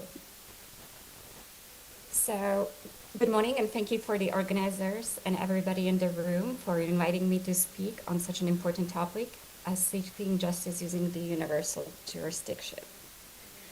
As I mentioned earlier, I will start speaking about African countries, how they used universal jurisdiction to pursue justice for perpetrators in the United States and Western Europe, before speaking what efforts have been done on the continent, and then finalize with a few lessons I can offer on ideas to advance the justice opportunities on the continent, particularly for women. Imagine ordering an Uber and your cab driver turned out to be your former torturer. This is a true story. Mr. Ali, on the picture, was an Uber driver with a rating 4.89 and driving people in North Virginia in the United States while hiding a dark secret. He was a commander of the 5th Brigade of the Somali National Army, where it was allied with the military government under Mohammed Siad Barre that had come to power in 1969. In 2004, a Somali citizen filed a lawsuit under the Torture Victim Protection Act in the United States against Ali, also known as Colonel Touquet. He waited 2 decades before the justice was delivered, but Mr. Ali, through civil litigation, was able to obtain $500,000 in damages, and his torturer was found liable for torture in through the United States courts. So they are everywhere. You just need to have your eyes open or collect information. The next country I'd like to discuss is the Gambia. It's a small West African country with a population of 1.5 million. And in 2016, the Gambians voted out a long-time ruler, Yahya Jammeh, who ruled the country from 1997 to 2017. He went to exile to Equatorial Guinea. The Gambians' victims and civil society, often led by women, have been quite successful in seeking justice abroad, in Germany, Switzerland, and the United States. The picture that you see is actually from a memory house in Banjul. It is run by an organization set up by a victim of enforced disappearances, Nana Joe, and it serves as an educational center for the Gambians and visitors to learn about the rule of Jammeh, and also remind people of what has happened in Gambia. Nana, whose father was disappeared by Jammeh, is the founder of the organization, and she has led a lot of efforts across the continent and in Europe to seek justice on behalf of the victims of the Gambian regime. So how do they do that? They were quite good at organizing themselves and having access to information, and were able to use diaspora incredibly well. Like I mentioned, they have been successful in 3 cases so far, in Germany, Switzerland, and the United States. On May 15, 2024, a Swiss court found the former Jammeh Interior Minister, Ousmane Sonko, guilty for his role in crimes against humanity relating to torture, illegal detentions, and unlawful killings. He was sentenced to 20 years in prison. On 15 April this year, we're going back to the United States, a Colorado jury convicted a Gambian national, Michael Senkoria, on torture charges for his participation in the torture of numerous victims, including the beating and fresh burning of the victims because of the victims' purported involvement in a plot against then Gambian President Jammeh. He was sentenced to 67 years for torture committed in the Gambia. In Germany, the prosecutor was successfully prosecuted by law an alleged member of the Junglers, a paramilitary also known as the Patrol Unit, which was set up by then President Jammeh in the mid-1990s. Mr. Lowe was accused of crimes against humanity, murder, and attempted murder including the 2004 killing of longstanding AFP correspondent Haidara, who was also co-founder of the Gambian Independent Daily. Mr. Lowe was sentenced to life in prison. While these trials have taken place in Western countries, there are several African countries that have laws allowing for prosecution of perpetrators from other countries. There are 33 African countries that are parties to the Rome Statute. Several countries have domesticated the statutes within their laws, allowing for the prosecution of crimes against humanity, war crimes, and genocide. Among these are Kenya, South Africa, Uganda, and Mauritius, to name a few.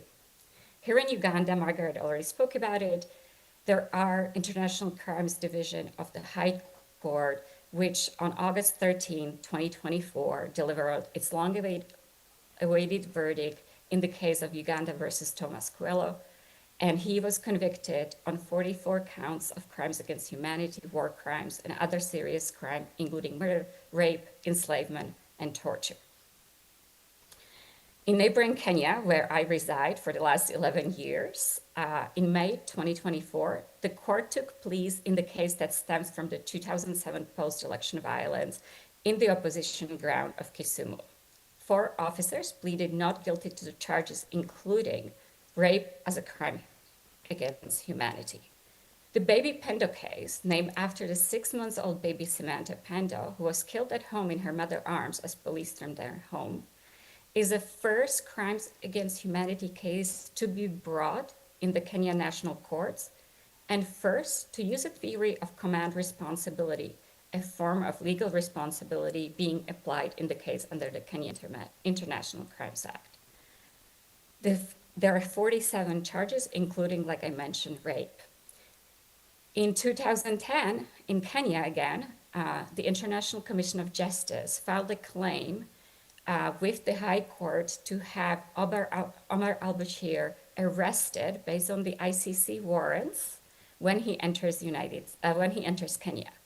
While the ICJ was successful in getting the warrant issued, the Kenyan government, however, refused to arrest him. So these are just few examples of what has been done lately on the continent of Africa, and also how the African countries can use in Western countries or the United. So what are the lessons from these efforts? I'd like to say that effort can yield results. That's not always the most important. It does, it can lead to the disruption of officials' lives, restricting their travel for the fear of arrests, and making them pariah of the international community. Omar al-Bashir stopped traveling to countries in which he knew he was likely to face arrest. Second, and again, Margaret has pointed that out, solidarity with like-minded civil society organizations in African countries that have the laws to prosecute the heinous crimes, and these perpetrators can be found in these countries or working with the regional institutions. About a decade ago, on February 8, 2013, the African Union and the Senegalese government set up the Extraordinary African Chambers. On July 2nd, 4 investigating judges of that chamber indicted Habre, the former leader of Chad, for crimes against humanity, torture, and war crimes, and rape as well. After 19 months of investigations, the judges found sufficient evidence for Habre to face the trial, and he was later convicted for crimes against humanity and torture. Last year, I also spoke about Gambia. The government of Gambia signed an MOU with ECOWAS court to set up a hybrid tribunal to prosecute the high-level perpetrators during the Jammeh era, and one of the crimes they're also looking is rape and sexual violence. Third, justice takes incredibly long time.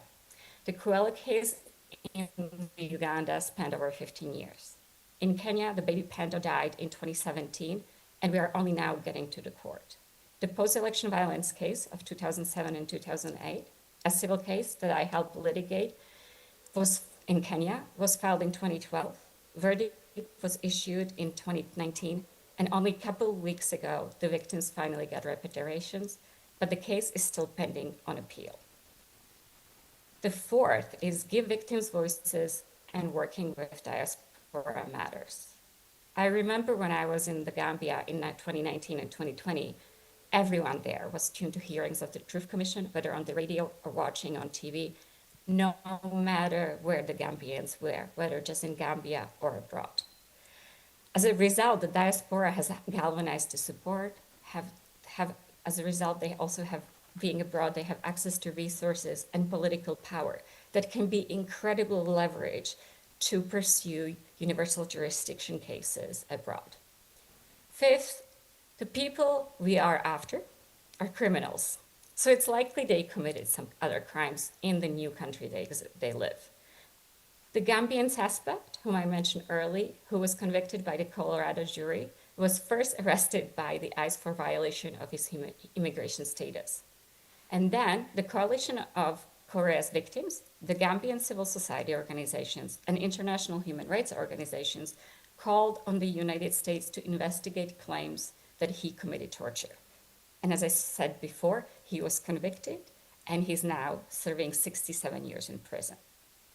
While we are talking about accountability, it's important to note that political will and accountability goes hand in hand. In the past, African leaders and elders came together to negotiate peace and urged the state to carry out accountability measures. Without this pressure from the international and regional community, people and the victims on the ground, accountability often fails and the impunity continues to flourish. My last point is we are in a room, or you are in a room full of women. We need to be vocal. We need to use our voice, not to be silent, but speak up, push against the barriers, advocate for those who are the most vulnerable, and help erase the stigma and open up pathways for accountability. Thank you so much. Thank you very much, Ms. Eva. And I think because of time, we'll go on to our next speaker for her remarks. We have just two more, and they're both Esthers. So we'll start with the first Esther, who is Esther Wanjiru Muigai. She's a seasoned Pan-African human rights lawyer with over decades of experience in strategic litigation, policy advocacy, and capacity building across Africa. As program manager in the office of the CEO at the Pan-African Law, she leads high-impact initiatives connecting civil society and the African Union while litigating landmark cases before the African Court on Human and People's Rights and the East African Court of Justice. Her expertise spans drafting pleadings, coordinating multi-country advocacy, and designing training programs for legal practitioners on effective use of regional justice systems. Esther, over to you for your remarks. Thank you very much. You know, they always say that when you're introduced with too much sugar, chances are that there's no content. So I hope I will have content. Your worships, all protocols observed. I stand by the protocols that were established earlier. I had a question that had been posed to me, but before I go to the question, I wanted to us to start on a reflection note, and it's based on what was the opening remarks by the moderator. And the question I had in mind listening was, do you think that Africa is over-legislated? That every time when we don't want to implement a particular protocol or law, we introduce another new law before we even finish implementing the older one. The reason I'm saying this is we have the Malabo Protocol, which is supposed to extend the jurisdiction of the African Court to increase their mandate to also handle criminal liability, especially for crimes against humanity. It has been ratified by only one country in over 10 years, that is Angola. So before the ratification is over, and then we will have a place where we can take individuals for them to be tried for committing atrocities in Africa, we've now introduced a convention on crimes against humanity. The same with the Maputo Protocol. Some countries are yet to ratify. Some countries are yet to implement, despite the ratification. And then we now have the Convention on Ending Violence Against Women. So are we over-legislated? You can think about that as homework, as my fellow Esther likes to give homework. So the question that had been posed to me was, what are the clawbacks that are preventing Africa Human Rights Mechanism to have more cases when it comes to women, girls and women rights. And I would say one, our system has failed us right from when we enter law school. When we were having the previous 2 days meeting, Esther asked how many people learned about our Africa human rights mechanisms when they were in law school. How many in the room? How many knew about the African Court, the East African Court of Justice? You can see. And yet the room is almost all of them are lawyers. So we have so much knowledge on the ICC, on the UN processes, and so little on our African human rights mechanisms. I schooled in Uganda. I went to Kampala International University, so Uganda is close to my heart. And I met my husband here, and I had my first baby in Uganda. So, so even having studied in East Africa, I didn't know much about the East African Court of Justice. I didn't know much about the African Commission. I didn't know anything about the African Court until when I moved to Arusha about 10 or 12 years ago. And I realized, oh, wow, there's such a vibrant, Africa human rights system right next door that we didn't know. So I would say one of the reasons why we have such few cases on women and girls' rights is because our system has failed. I like that there's a group of young lawyers led by a Ugandan who have filed a case at the East African Court of Justice challenging the CLE for not having, Council for Legal Education, for not having a unit on EAC being made compulsory for all universities. And I think it is a start. So that would be one of the solutions to the problems that we have now. I would say another reason, and I discussed this broadly in the meeting, is the fact that we have very few women litigators when it comes to the Africa human rights mechanisms. If you come to the court, you'll realize the majority of the cases, it's men who are driving the agenda. It is okay that we do have male allies in the movement that also fight for the rights of women and girls. But it would help to have more women litigators litigating before the Africa human rights mechanisms. And how can this be achieved? And so what I'm trying to do, moderator, is I'm not trying to just throw a problem, I'm trying to also find a solution. For those in the room who have not interacted, for instance, with the African Court, the African Court has a system where they train African lawyers every year. They make out a call.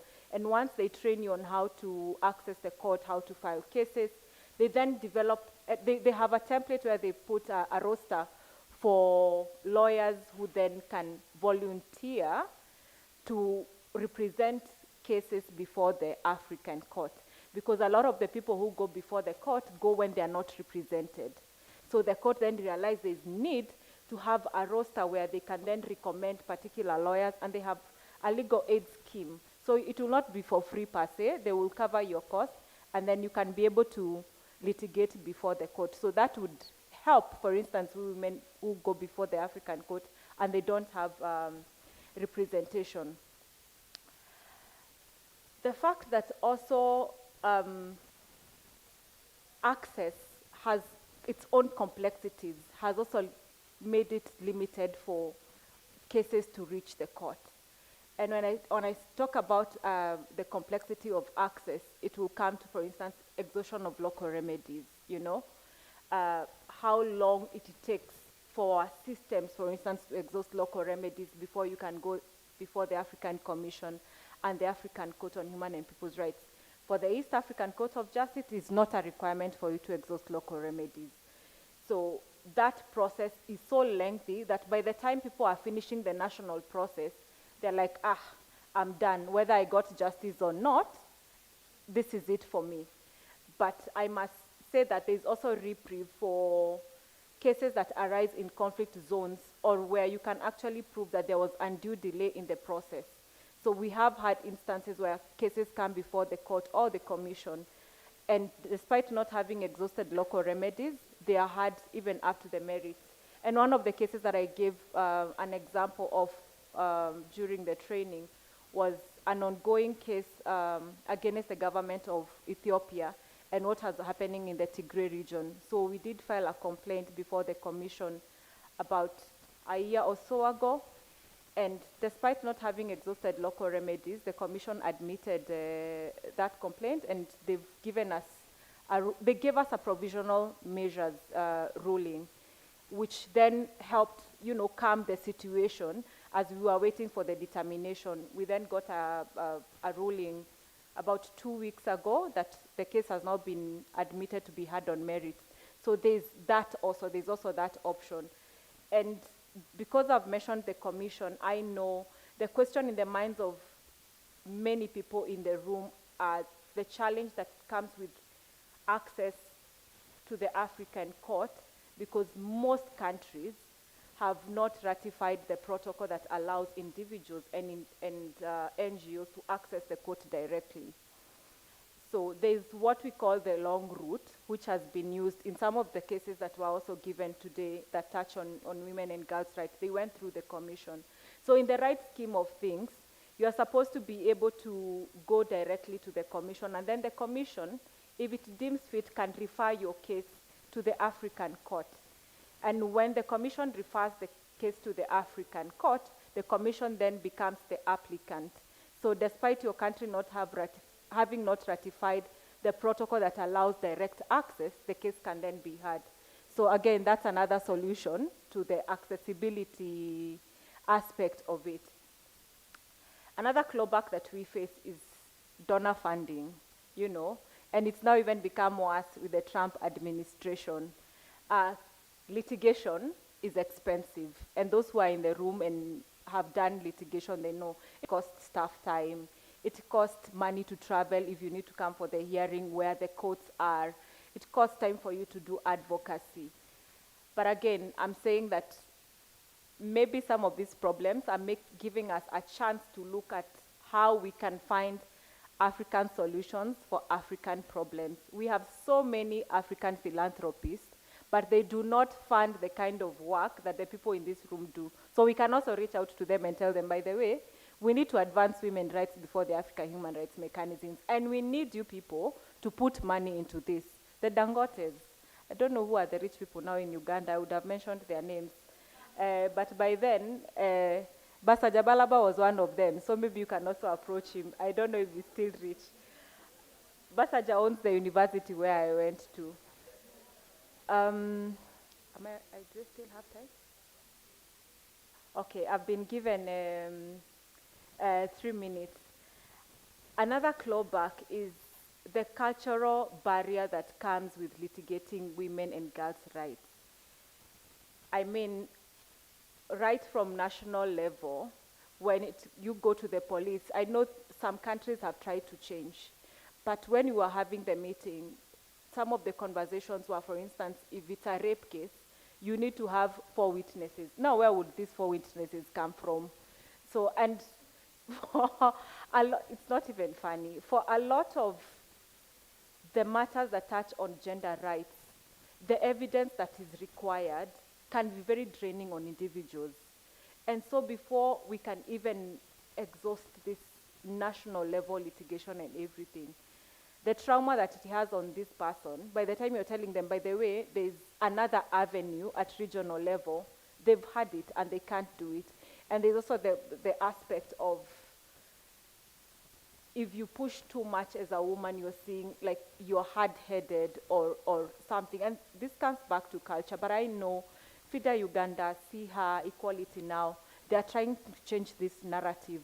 And so I believe with time, there's going to be some good change, and we'll have more litigation on women and girls' rights. And let me mention here that one of the things that we are doing at the moment is we are working on an advisory opinion that we intend to take before the African Court on what are state obligations when it comes to protection of women from sexual violence.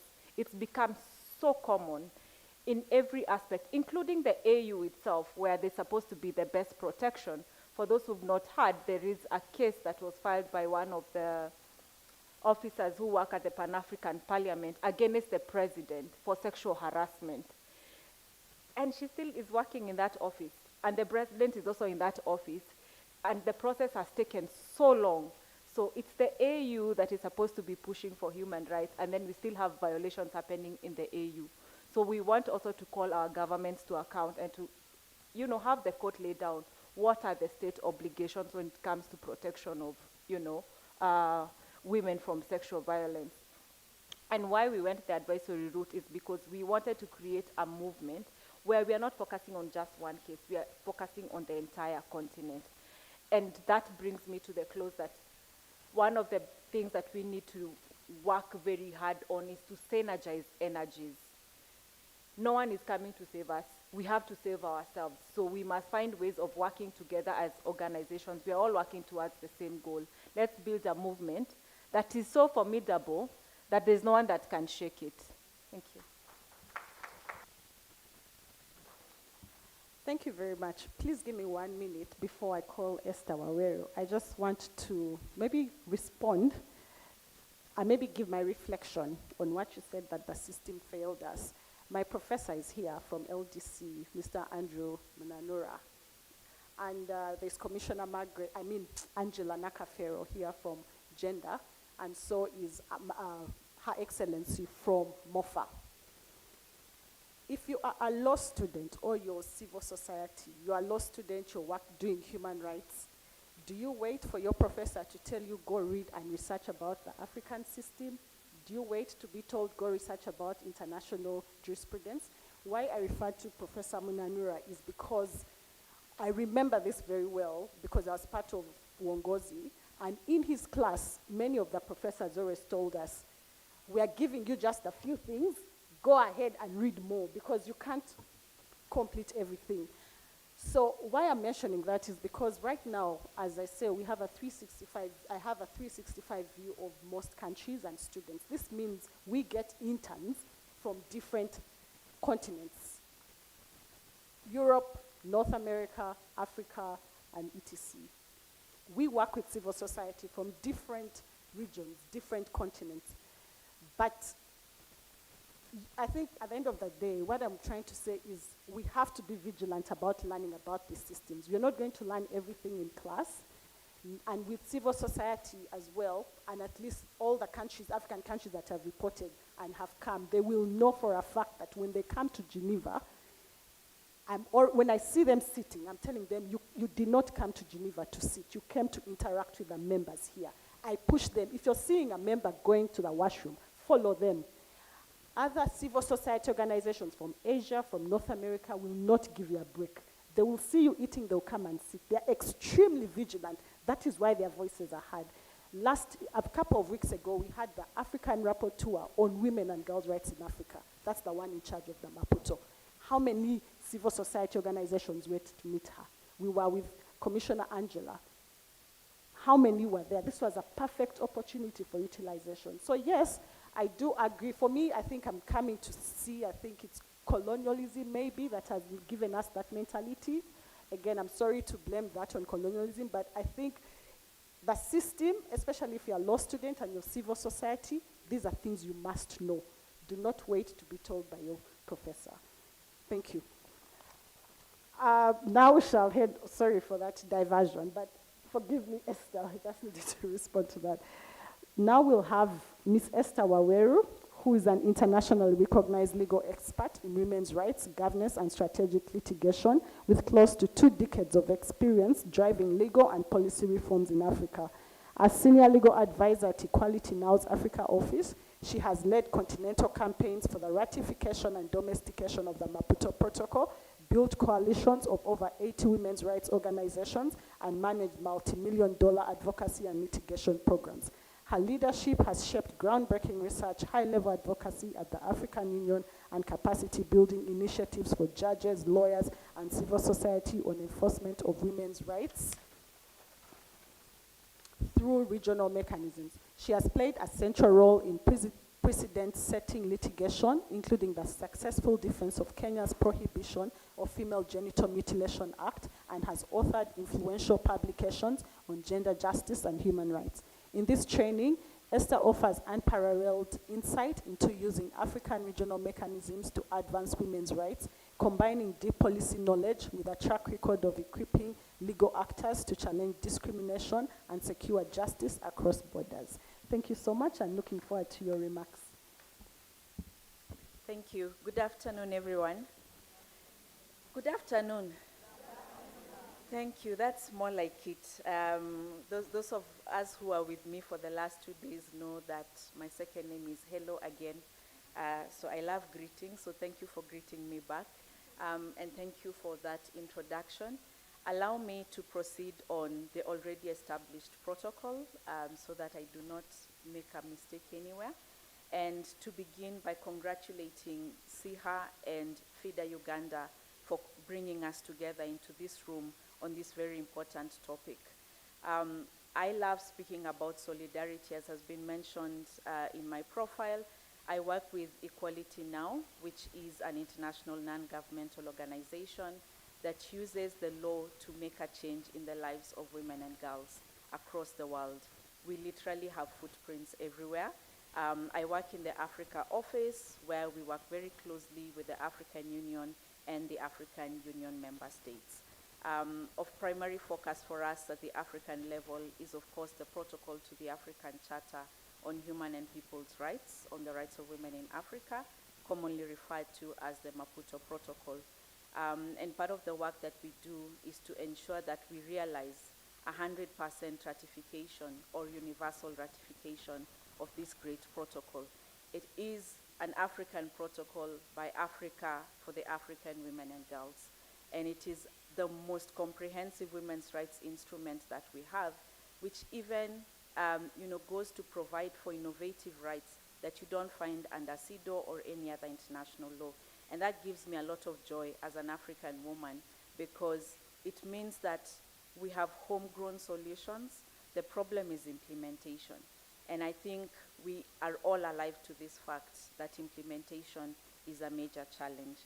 But the work that we do at Equality Now means that we have to work with state and non-state actors to ensure that we are actually beyond ratification, that this instrument is domesticated and fully implemented, and that we are able to ensure accountability for it. And so we work on 4 main areas, just to quickly say that. On legal equality, which entails ending all sex discriminatory laws. We also work on ending harmful practices, particularly FGM and child, early and forced marriage. And the third area of our programmatic focus is on ending sexual violence. And finally, our fourth programmatic area is on ending sexual exploitation.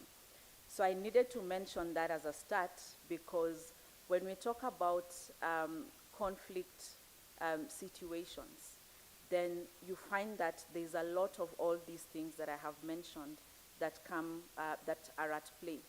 The violations related to the areas that we focus on begin to manifest themselves, in these situations. Although Equality Now does not particularly work in conflict or fragile situations, we are the Secretariat of a coalition of women's rights advocates, women's rights organizations on the continent that work on advancing the Maputo Protocol. And this coalition is known as the Solidarity for African Women's Rights Coalition, of which the SIHA network is a member and also the coordinator of the Eastern African cluster. And so you see that within this coalition, we have organizations that operate in and within conflict and fragile states. And so some of the sharings that I'm going to bring today are from experiences from SOA members, but also from other people that have shared this. And my starting point then would be a truth that we all know, that justice delayed is justice denied. And for women in fragile situations, it is not just justice that is delayed. It is actually justice that is deliberately hindered, deliberately blocked. And so that means there's an added layer to the denial of justice for women in such settings, which then therefore, of course, compounds the issue of impunity and that's where the African human rights system then comes. I like to identify myself as a Pan-African feminist, believing that our African human rights systems must work for us because they have been established for us. And so the ways in which we can actually use this would then mean that we must first, as a starting point, be able to understand and navigate these systems. So the system, including institutional infrastructure, as well as the normative infrastructure. And I'm glad that that's a discussion that we've been having over the last 2 days with the group that had been convened by SIHA and FIDA Uganda. And of course, the previous speakers, I really want to thank them because they made my work easier, because they already talked about these instruments as well as the mechanisms within the African human rights system. And so I'll just focus on the Maputo Protocol and movement building and solidarity around this area. So firstly, as I mentioned, the Maputo Protocol must, I think, for every African woman, must be like our Bible, our Quran. We must read it, we must understand it, we must live by it. And for women and girls in fragile states, those of us who know about the Maputo Protocol have a moral and social duty, I dare to say, to preach about the Maputo Protocol. I too went to school where the reality is that we were taught more on the UN human rights system and very little on the African regional system. And of course that has a bearing, and much later in life we get to know about the African human rights system, we research on it, we engage with it, and we seek to reform it to be fit for purpose. So the protocol, right now, we are celebrating 46 countries out of the 55 that have ratified. The most recent one is Central Africa Republic, a post-conflict nation that just ratified it on the 29th of July this year. We still have 9 states that are yet to ratify. But more importantly, for those that have ratified, we have another 9 countries that have ratified this protocol with reservations, meaning that then the protocol cannot be fully implemented in those countries, some of which also include conflict and fragile states. But the protocol also, within the African human rights system, as a key instrument on women's rights, offers a lot of opportunities for engagement. So for instance, for countries that have ratified, we can submit shadow reports when the countries are coming up for review. I think Uganda was being reviewed last year, if not last year, but one, if I remember correctly. We have a few more countries coming up for review at the upcoming session in November. And so women's rights organizations have an opportunity to submit a shadow report that speaks to a particular country's status of implementation of women's rights under the Maputo Protocol. But then within the African human rights system, at the African Commission, we have the 11 commissioners, and each of these 11 commissioners are mandated with oversight over at least 5 or 6 countries, depending on language, geographical focus and all that. So that means that every country has a commissioner that is in charge of that country. And that's one way in which we can bring to the fore issues that are happening in a particular country to that country rapporteur, so that it's at their attention, but then they're also able to use their power within the commission to advocate for an urgent appeal, an advocacy, a monitoring visit to the country, or even to begin a study that can then inform human rights accountability. Similarly, we also have thematic rapporteurs. Like has been mentioned, we have the Special Rapporteur on the Rights of Women in Africa. Currently, that is Commissioner Salangier from the Gambia, who is in charge of ensuring the enforcement of the Maputo Protocol and advancing gender equality on the continent. The Special Rapporteur works very closely with the African Union Commission Women, Gender and Youth Directorate, and A lot has been happening with these two bodies in terms of ensuring normative frameworks are in place, but implementation and oversight over those, the implementation of these frameworks. So again, these are other bodies that we can continue to engage in.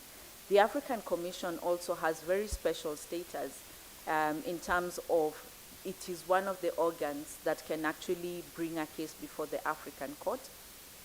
I think Esther has mentioned the fact that it's very difficult to access the African Court to even file a case for countries that do not have an Article 34.6 declaration. It means that individuals and NGOs can actually not access or bring a case before the African Court. But the African Commission is open to everyone virtually. And so you can appeal to the African Commission to submit a case, to refer a case to the African Court. Again, that's an avenue that has only been used once, to the best of my knowledge, in the case of Kenya, in a case that we commonly refer to as the Ogiek case. The other thing that probably I should now mention is what actually happens on the ground as women, for us as women's rights organizations in host countries. I think the thing for me that really must happen and which makes a lot of sense is the need to stand in solidarity with our sisters from fragile and conflict countries. And so that means that beyond just telling them about these mechanisms and these instruments, we must walk hand in hand with them. We must handhold them, and not just to go through a particular phase, but to ensure that they actually get meaningful justice. And meaningful justice here must, again, as the way Margaret said, it must be defined by context, it must be defined by the recipients and those who demand that justice, so that justice is not the same across the board, but it must be contextualized in that sense. And working together with these women and girls from these situations then means that we must allow them to define what justice means for them, what it looks like, and how they wish to achieve it. And when we do that, then we'll be able to navigate the spaces with them, knowing that they are the drivers, we are the support. Secondly, is also to say that a lot of times, and especially for us as NGOs, we keep going back to the situation countries, and we're speaking to the survivors, and we end up re-traumatizing them, unfortunately. Sometimes we don't even think that we are re-traumatizing them, but even worse, when we are aware that we are re-traumatizing them, we actually do not take measures to provide for psychosocial therapy support in whatever way to enable them to lead a normal life. I'll give an example, an anecdote that I want to share from a friend who worked with an organization that's called Legal Action Worldwide. Probably some people know about it. And this organization, we abbreviate it as LAW, filed a complaint before the CEDAW committee on behalf of South Sudanese women who were living in northern Uganda. And we all know that these processes, no legal quasi-judicial process moves very fast. And this was in relation to sexual violence-related violations. So because this organization recognized that this is going to be a long-term engagement, they not only worked with the survivors, with these women, to prepare for the complaint, but even when nothing was happening, nothing in terms of there was no update, there was no progress that they could report on, they still made time to go back and visit every quarter, to go and visit the South Sudanese women that were living in northern Uganda. And what she told me was they would just sit sometimes, they would play games and just be with them in their usual everyday kind of environment. And that makes a difference in the lives of these women and girls, so that it's not just taking from them, but you're giving to them, you're saying that you're recognizing them and whatever it is that they're going through, and that you're not forgetting them, even as we're waiting for systems to work.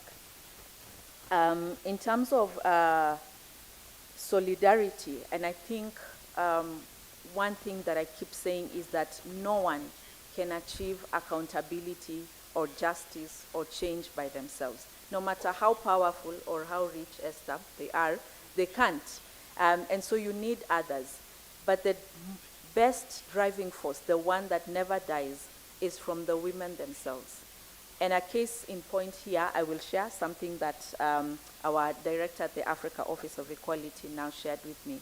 Her name is Faiza Mohammed. She's from Somalia. During the conflict, she actually told me that it was the women who came together and defined and brought other people, other key actors to the table. That thing that you were saying about women demanding to be in the space, the women in Somalia demanded that space. They formed coalitions. They brought in, other actors, religious leaders, traditional leaders, and they were at the negotiating table and saying, we're here, and this is how we see this thing. This is our perspective. This is how we must go, including reaching out to ex-militia, and they were then able to, to challenge the warlords and all that. Another strategy that they also used back then in Somalia was using the media. So she shared that a group of Somalis who were living in Canada came back to the country and started a radio station where they organized interviews with key and influential leaders. And they also had a hotline where anyone and everyone, including everyone from the grassroots, could call in and just contribute to that debate. And that ensured that there was, inclusion of all voices across the board, and ensuring that the feelings of every local person was then taken into consideration. And of course, that had the effect of building up the pressure. Everyone is calling for peace. Everyone is calling for reconciliation and an end to the war. But also, and this is now to the government leaders that are in the room, the African Union member states have been known to rally behind and, together with other African states. And the work that they do in terms of peace building and negotiation cannot be understated. In the case of Somalia, the then president of Djibouti organized a peace conference that began to capitalize on ensuring that anyone could come to this process, share their views, and the president, to quote my boss, made sure that no one left the country until there was an agreement that had been reached.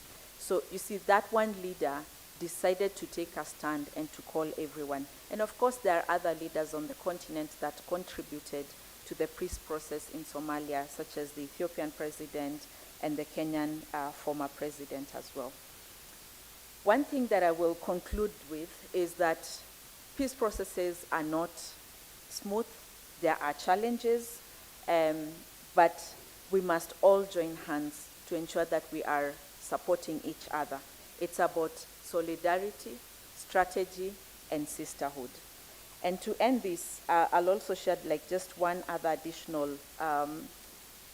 example of how the women themselves are actually the biggest force in this in peace negotiations and all that. Is because women understand the challenges that they are going through. So, for example, in DRC, the border of DRC and Rwanda, the women there were able to come together and form cooperatives that helped them to navigate that space. Either because they were facing a lot of harassment, so they came together in solidarity, formed cooperatives that helped them to survive, first of all, but secondly, to also be able to thrive in that environment. So allow me to end there because I think I've talked quite a lot. Sorry, no homework for those who are expecting homework. Thank you very much, Esther. Let's give a big applause to our panelists. So now, because of time, I'd like to open the floor to maybe 10 minutes for discussions, for questions to the panelists, and then we can conclude, because we have to be done by 1:30 tops. No, 1:20 tops. Over to you in the audience.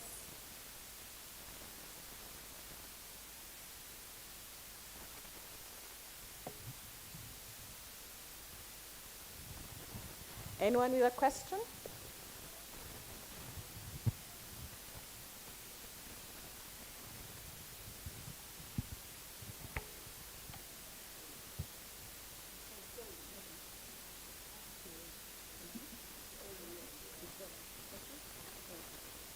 Sorry, we are kind of used to the moving microphone. This is not a question, just a few comments from members of the judiciary. First of all, to thank you. Thank you very much for all our presenters. This was very interesting, very informative, especially for us who are usually behind the curtain. And maybe to start with, this is just a rider. I'm not a spokesperson for the judiciary at the moment. We're invited here as members of the International Association of Women Judges. It's an international association. I'm sure you've heard about it. And we have a Ugandan chapter. And it was very useful because, like I've said, we are always behind the curtain. But that is no longer on the table. You've all brought it up very soundly that we need these partnerships. The judiciary can no longer sit behind the curtains because we are the arbiters. We are the ones who make these judgments. These are the judgments that start at domestic level and will end up at international level. So if we are not informed, if we don't appreciate some of these things, then probably it's a non-starter. So this association came in very handy.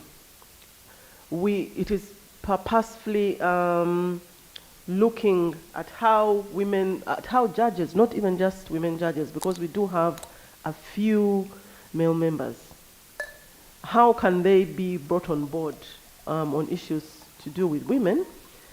And perhaps our mission as association is not any different from civil society, because the main mission is to achieve gender equity by supporting programs that improve access to justice, advocate for the rule of law, and promote women's advancement and equal participation in the judiciary worldwide. So it is not just merely for you to belong to the judiciary, but for you to be impactful on gender justice. So that way, we have received training. We collaborate a lot now with civil society, and FIDA is one of them. But we still need more assistance. They have talked about Justice Susan, who has done judgments. But because of exposure, she has been exposed, probably because of her background or her seeking, to do much more than what we are to do as judges. So we need these collaborations much more. And do not fear, to go out and meet us. IDLO has done so. They support us to attend international meets. They support our trainings, and even us inwardly, what we are doing now, we are peer trainers. We have been trained, and then we are peer trainers in matters of human rights and gender among our own. And we've done regional trainings around the country. We've done a bench book on trafficking in persons. We are very purposeful about gender responsive adjudication, and there are many partners helping us with that. So training and exposure is important, support is important. And about transitional justice, what is happening now in the judiciary, which I know is also happening in the region, is ADR. ADR in Uganda is now a big thing. It's a policy in the judiciary, and it's being supported even by government, to the extent that we have sessions, ongoing sessions throughout the year at all times, even at appellate level. You can imagine people who have judgments and they are willing to trade them for something less, but all that might feeds into gender justice at some point. Amicus Curiae, that is where I think civil service can be very helpful to us.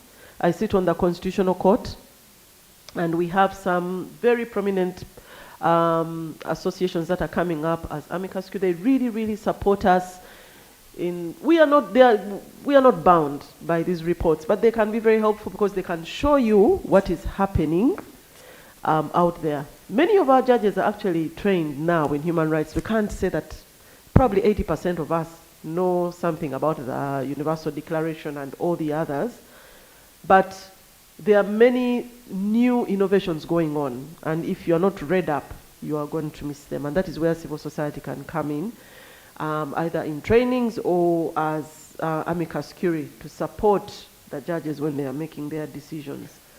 Psychosocial support, very important. I was an advocate for 20 years before I joined the bench. And as a lawyer, I used to sit, you know, you've given this woman all the remedies, you know, and at the end of the day, she's saying, well, what? The judgment is in my favor, but this man is not even giving me school fees, and the man is saying probably he doesn't have the money. Or I have not been able to help this person navigate the justice system because maybe she's poor, or for so many other reasons. And they want a remedy which is actually outside the law. And as a lawyer, sometimes you had to dig in your pocket, sometimes you had to go that extra mile. So as women judges, we are not just sitting on our desks. We are doing some social support. We have some programs. We are supporting girls in schools with, you know, maternal and that kind of assistance, and meeting up with some of these young girls and mentoring them. Of course, we have to be a little bit careful as we do these things. We are so restricted sometimes in the way we handle our matters. But these, we are willing, and we have indeed been able to work with civil society on some of these programs. And maybe as a parting shot, because I know we don't have time and I had much more to say, but I'll have to give a chance to everybody else. I'm wondering how many practicing lawyers we have in the room. The lawyers who actually litigate. Because that is the other side of the back. If we don't have lawyers on board, civil society might say so much, but who is going to bring those cases to us in court? Because the only way we are going to engage, and I've noticed that there are still, in many more spheres, you tend to get more men doing this litigation, human rights litigation. So that is another area that we can be assisted. Because without good cases, good pleadings, and good submissions, you are going to get bad judgments, whatever you do. Thank you very much once again for allowing us to be part of this space. It has been very useful for us. I'm right here, in case you're wondering who is speaking. Thank you so much. Lady Justice Eva Luswata. I know she mentioned that she's a member of the International African Women's Judges, but she's also a senior member of FIDA that has supported a lot of our initiatives around delivering on our mandate. As I don't know if we still have any more comments, and as they come, I'd like to request, I know that we did have a comment from the Assistant DPP. I don't know if she's still present. And then, yes.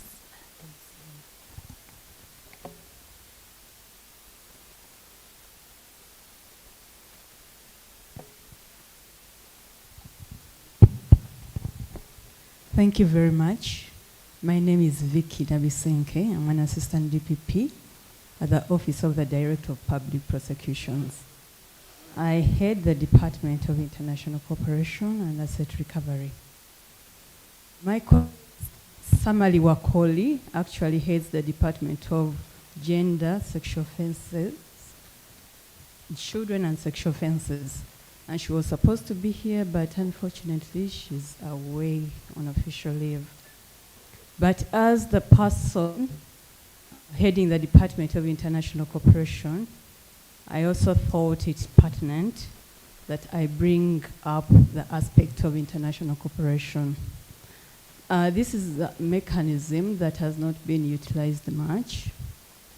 And international cooperation, this is where it's states working together to ensure that evidence or seeds of crime that across borders are taken to the country that is prosecuting the crime, so that we can effectively prosecute crimes and ensure that perpetrators of crimes are punished wherever they may be hiding. We've talked about ensuring that there is no impunity and ensuring that we don't create safe havens for criminals to commit crimes and then cross borders and avoid punishment. So this mechanism of international cooperation helps us, one, deal with extradition. Extradition is where you're getting the accused person, a person who has been charged in court or convicted of a crime, and then they're hiding, they're fugitives in another country. So we can work together to ensure that those fugitives are brought from wherever they are hiding and taken to the country that needs them for prosecution. And even for states which don't allow extradition of their nationals, we have a principle of extradite or prosecute. So if they cannot extradite, then they should be able to prosecute those crimes in their countries. So that is where the issue of universal jurisdiction would apply. The crime was not committed in their jurisdictions, but if we give them the evidence, they should be able to prosecute. But of course, this comes with challenges related to transfer of evidence, witnesses, victims to another jurisdiction, and it is very expensive. Actually, when we were talking about universal jurisdiction, when we heard about the success stories of cases prosecuted in the US, in these other jurisdictions, what we forget to talk about is the cost implication of these cases. Who meets the costs of these cases? So I think this is where we need to work together as government, the different MDAs, as civil society organizations, to ensure that in the process of gathering evidence, supporting victims, and building our cases, we work together and ensure there is accountability for atrocities committed. Apart from extradition, we also have mutual legal assistance. Whereas extradition will deal with suspects in court or convicts, for mutual legal assistance, we deal with evidence that is in other jurisdiction. And today we have people from Justice, Ministry of Justice, Foreign Affairs.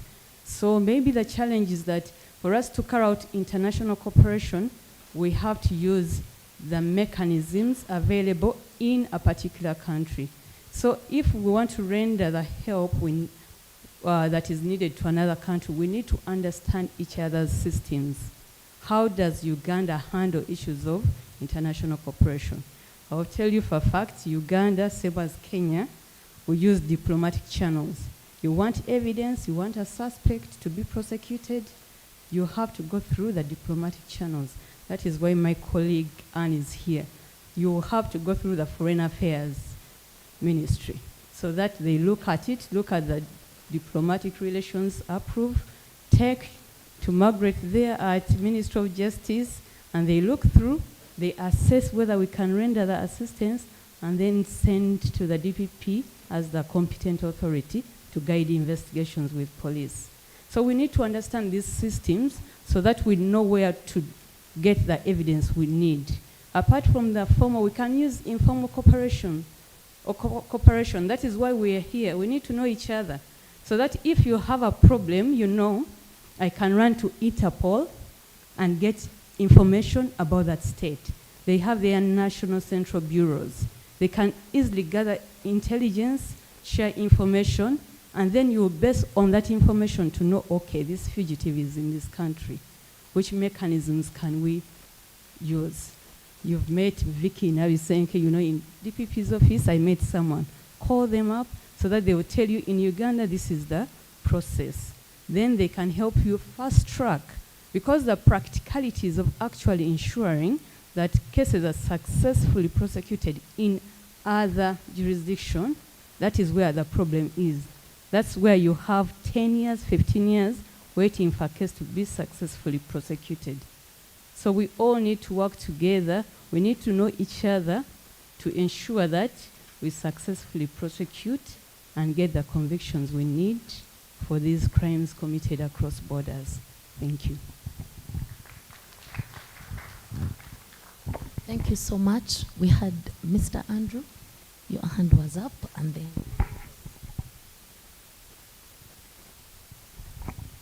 Thank you very much. Thank you, our presenters and panelists. I found Justice Susan, I think she's good.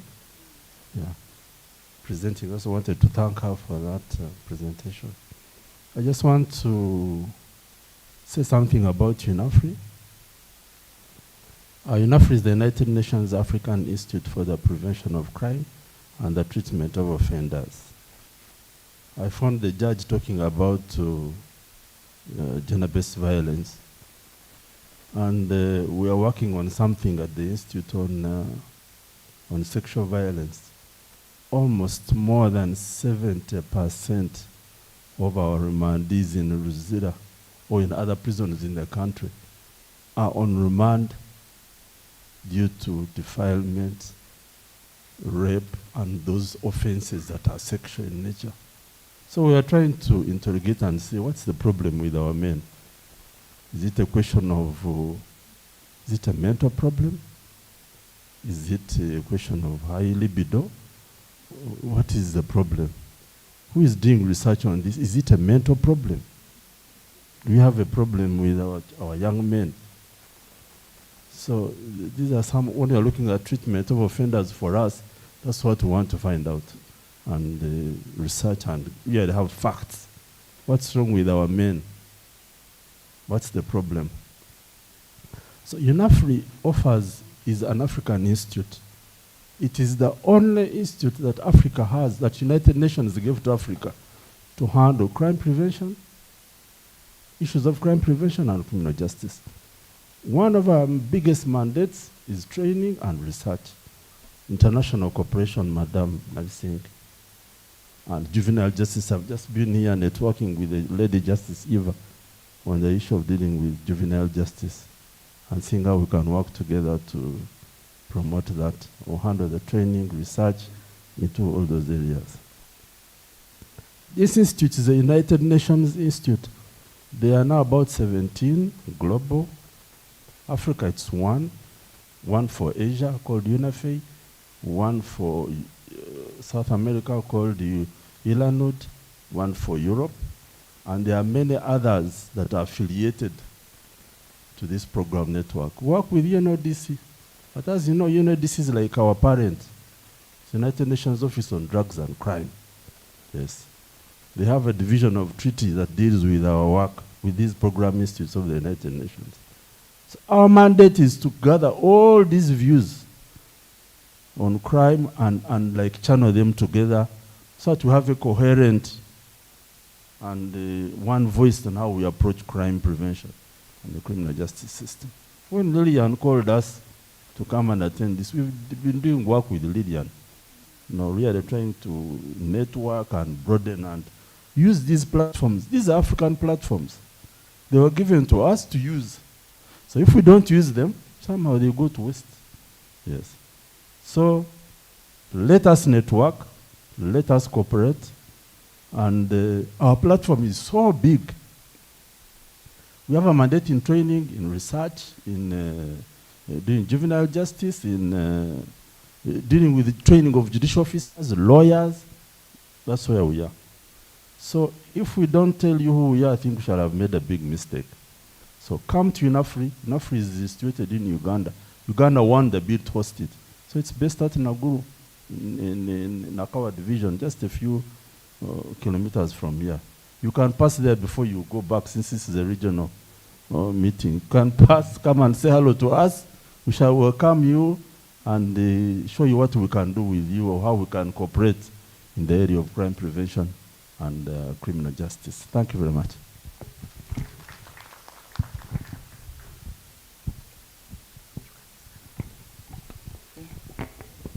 Thank you so much, our presenters, for those very insightful presentations. My name is Henrietta Wolayo. I'm a retired judge of the High Court, and I'm also a member of the IAWJ Uganda chapter. But even beyond that, I'm one of the two directors, regional directors of the Africa region on the IAWJ board, the global body. So I'm here in those two capacities. Now, the Africa region is, we tend to network among ourselves, with the judges in the Africa region, the women judges. So I'm learning from this, from this forum that really it's important for us to network outside. We need to go beyond so that we can then better address the justice needs of women and children in armed conflicts. And even, especially now like the refugees here, we have so many refugees. All over most parts of Africa, they are there. So it's good for us to network. This initiative, I really appreciate you. Now, on another note, since there are so many countries, there's Ethiopia, there's Sudan here. Those Ethiopia and Sudan and South Sudan are not members of the International Association of Women Judges. And I want to encourage those present in the room, please ask the judges there to join IAWJ. There are lots of benefits from joining IAWJ. Thank you very much. Thank you so much, Your Lady Justice. I know we have the Ethiopian Women Lawyers Association. Perhaps that's something that you could action in support with SIHA so that we can benefit from this network of lawyers. Are there any comments, questions? The ladies from Sudan, any comments? Yes.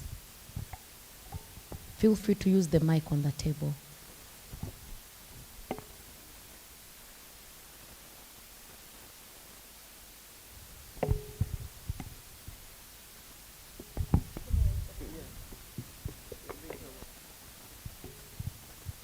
Thank you so much. Good afternoon. My name is Joanna Mito, and I have the very unique privilege of serving with the FIDA Uganda team. I have very many questions, especially for the Esthers. But one of the questions I wanted to ask is, we have learned that the African Court currently only 7 African countries out of the 55 have direct access to the court. I want to know what they did better, because I know Uganda has not ratified that protocol. So I want to know what they did better so that in terms of pressuring our government, can we work together with them to pressure our government to have them ratify this particular protocol? But most importantly, I also want to understand the role of CSOs, particularly FIDA, because that's where I work. But what is our role in ensuring that our governments actually take this seriously? Our board chair actually talked about the use of universal jurisdiction and allowing people to know that there are mechanisms beyond the court that we have. I remember in law school they used to tell us after the Supreme Court there is God. But now that we have learned today that you can actually go to the African Commission, you can go to the African Court or to the committee. So what is our role as CSOs? The other one is a bit very interesting. As FIDA Uganda, we have a CLV model that is community legal volunteers. They are our eyes and ears on the ground.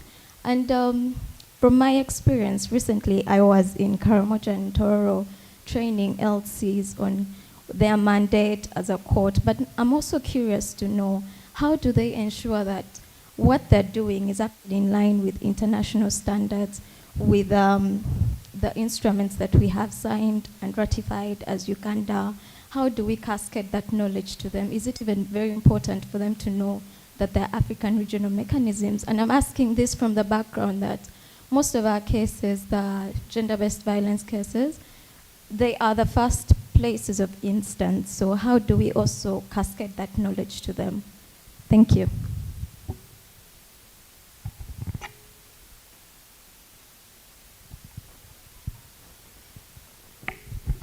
Good afternoon, ladies and gentlemen. From the discussion we've had, it is true to say that today peace and security has gone far beyond just guns and borders. In Sudan, it's worse. Women and young children are being raped every single day, and the numbers keeps rising. Access to rights to sexual health and reproductive health is minimal to zero. This intersects to climate change as well as minimizing access to education, economic empowerment, thus leading to percentage of women in decision making being very low. So my question is, number one, how will women and youth, especially survivors of violence due to climate-induced displacement, be formally included in peace negotiation and transitional justice processes? And second, climate-induced displacement is worsening. Women are being exposed to trafficking, gender-based violence, and denial of healthcare.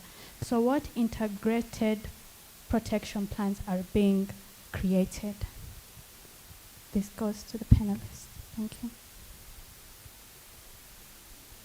I think we'll take one more and then. Good afternoon, ladies and gentlemen. I'm Tumine Barnabas, a member FIDA chapter Kavench University, Uganda.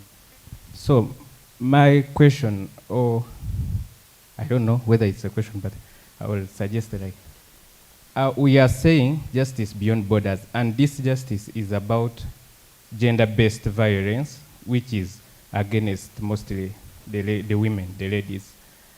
Like UNIFRA, they said, how are we involving the people we are saying they are the violators of these rights, which are men? We are concentrating more on the people whose rights are being violated and leaving out those who are causing the violation. I think they should also be involved. For example, in the Horn of Africa, those countries, they mostly concentrate on religion and tribal beliefs. It's very hard to convince, to talk only to the ladies that they own or they have their rights to defend, and then you leave out the men. Because in the take, when you concentrate most on the women, these will fight back, or they will retaliate, try to retaliate, that these are becoming now how they are defying to the norms. But if you involve these gentlemen and tell them that you know, these ones are also human beings, they deserve the right you enjoy, it would be easy. And then we see how these rates of rape and sexual violence can reduce. But if we leave these people behind, because as a person from a cattle corridor, these people only understand that if a girl reaches 16, the only thing they take is cows. They don't care even if they will only concentrate on boys going to school and then. But we have tried to go back to our roots, and then we take this and be like, hey, even ladies can do better than women. They can occupy offices and then do better than us. So I think we shouldn't leave men outside if we want these issues solved, because they are the main violators. I submit. Thank you very much. Because of time, and we still have a whole lot, I will let the panelists each maybe three minutes to respond, but I also have two questions that I feel are very critical. One, the countries in Africa, some are represented here, are in conflict. But then, Esther, you did mention that we need to intervene and be part of them and support them, but legally, some of them have not ratified the Maputo Protocol. So what legal basis do we have? So I know, but this is a question for discussion for all of us, because this is what is first in the diplomatic channels when you're trying to intervene. Because at CEDAW, some of these countries, our hands are tied. We cannot intervene because they are not member states. So we have no locus. And that's the exact situation for countries, some countries that are in conflict and have not ratified Maputo. So what legal basis or what locus do we have to intervene?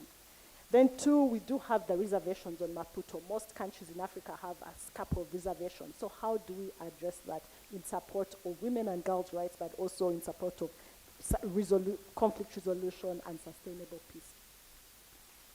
I'll start, I think we'll go Esther, Margaret, and Esther, and you can also give your concluding, your concluding remarks when you finish speaking. Thank you. The Maputo protocol question will be handled by the other Esther. That's her area of expertise. I'll start by indicating that the theme of this year's for the AU, who knows the theme, apart from the judges and the people on the panel? Who knows the theme of the AU? Anyone?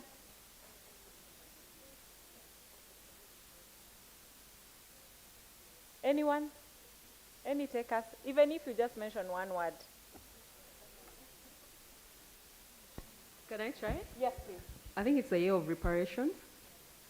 Yes, it is. So the whole theme is justice for African people and people of African descent through reparations. And you know why I started with that? It goes back to where I started my presentation on. I believe, and this is my personal belief, that reparations include us reviewing how our education systems are. If you're giving so much attention to other laws and how other treaty bodies that are outside Africa are run and how you can access them, we need to give the same importance to Africa human rights mechanisms.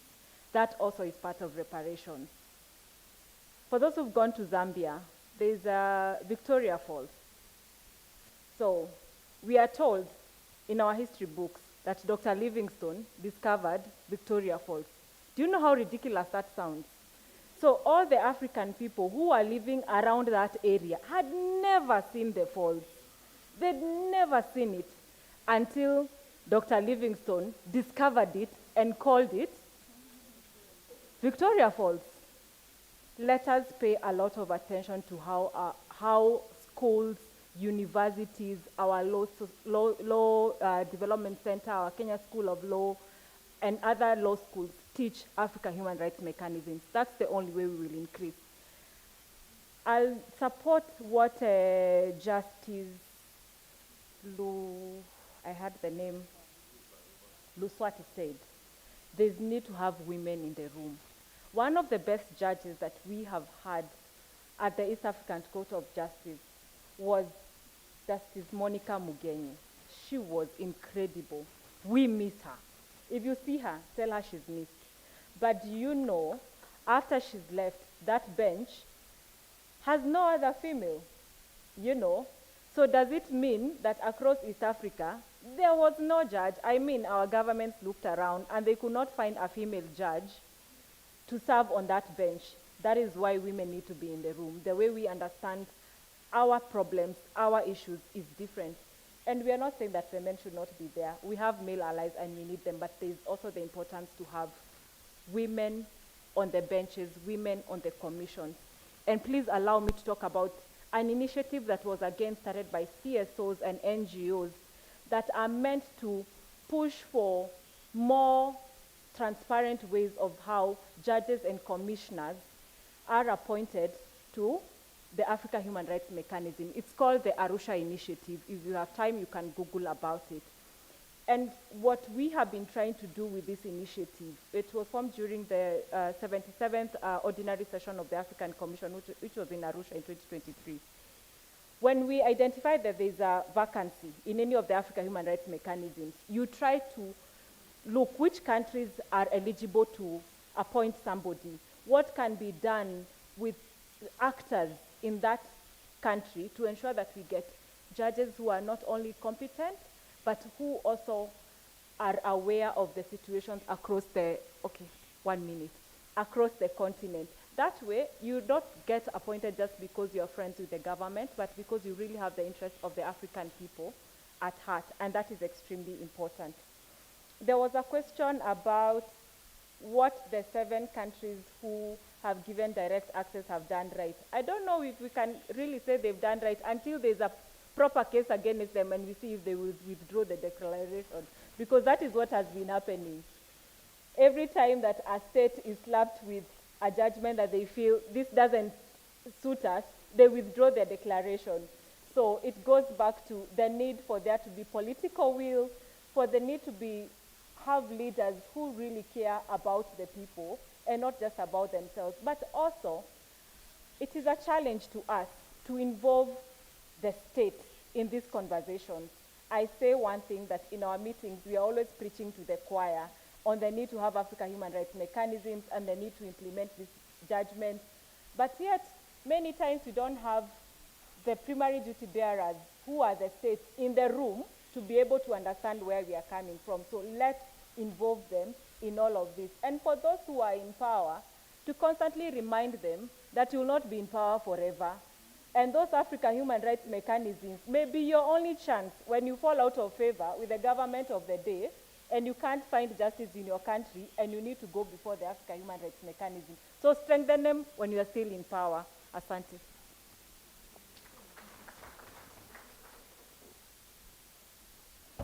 So I think I'll go for the question on climate reparations. How can women and youth affected by climate-induced conflict be supported? And that will take me to the question that I was supposed to answer on how best can reparations be processed for women. So I will start with the issue on how best can reparations be achieved. For me, one is negotiation for reparations and implementation of reparations.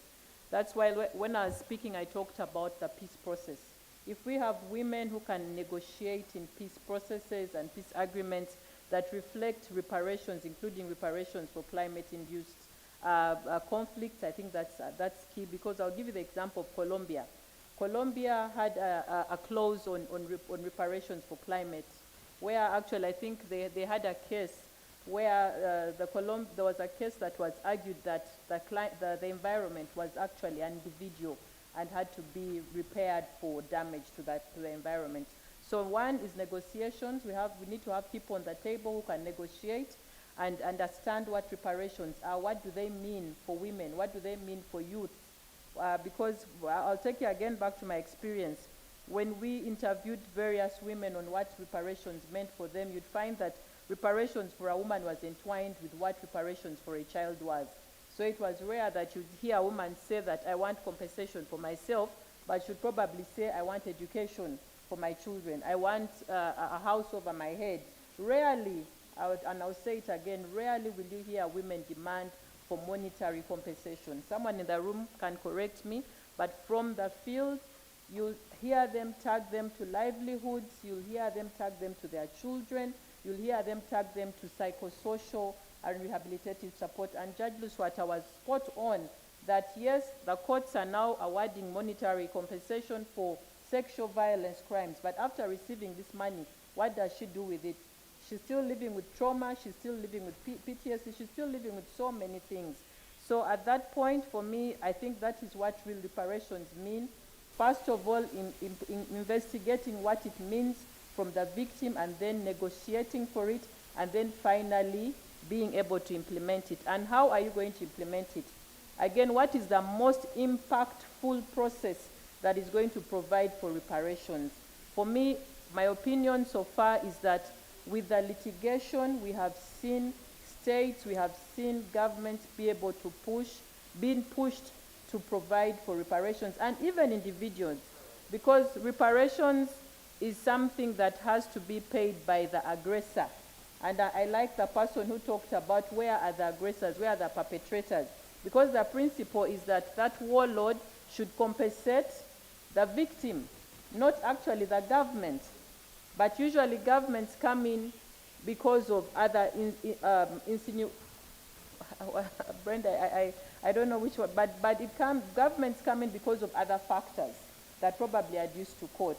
So where are those perpetrators? And I like it when Esther, I don't know, I think it was my colleague Vicky, proceeds of crime.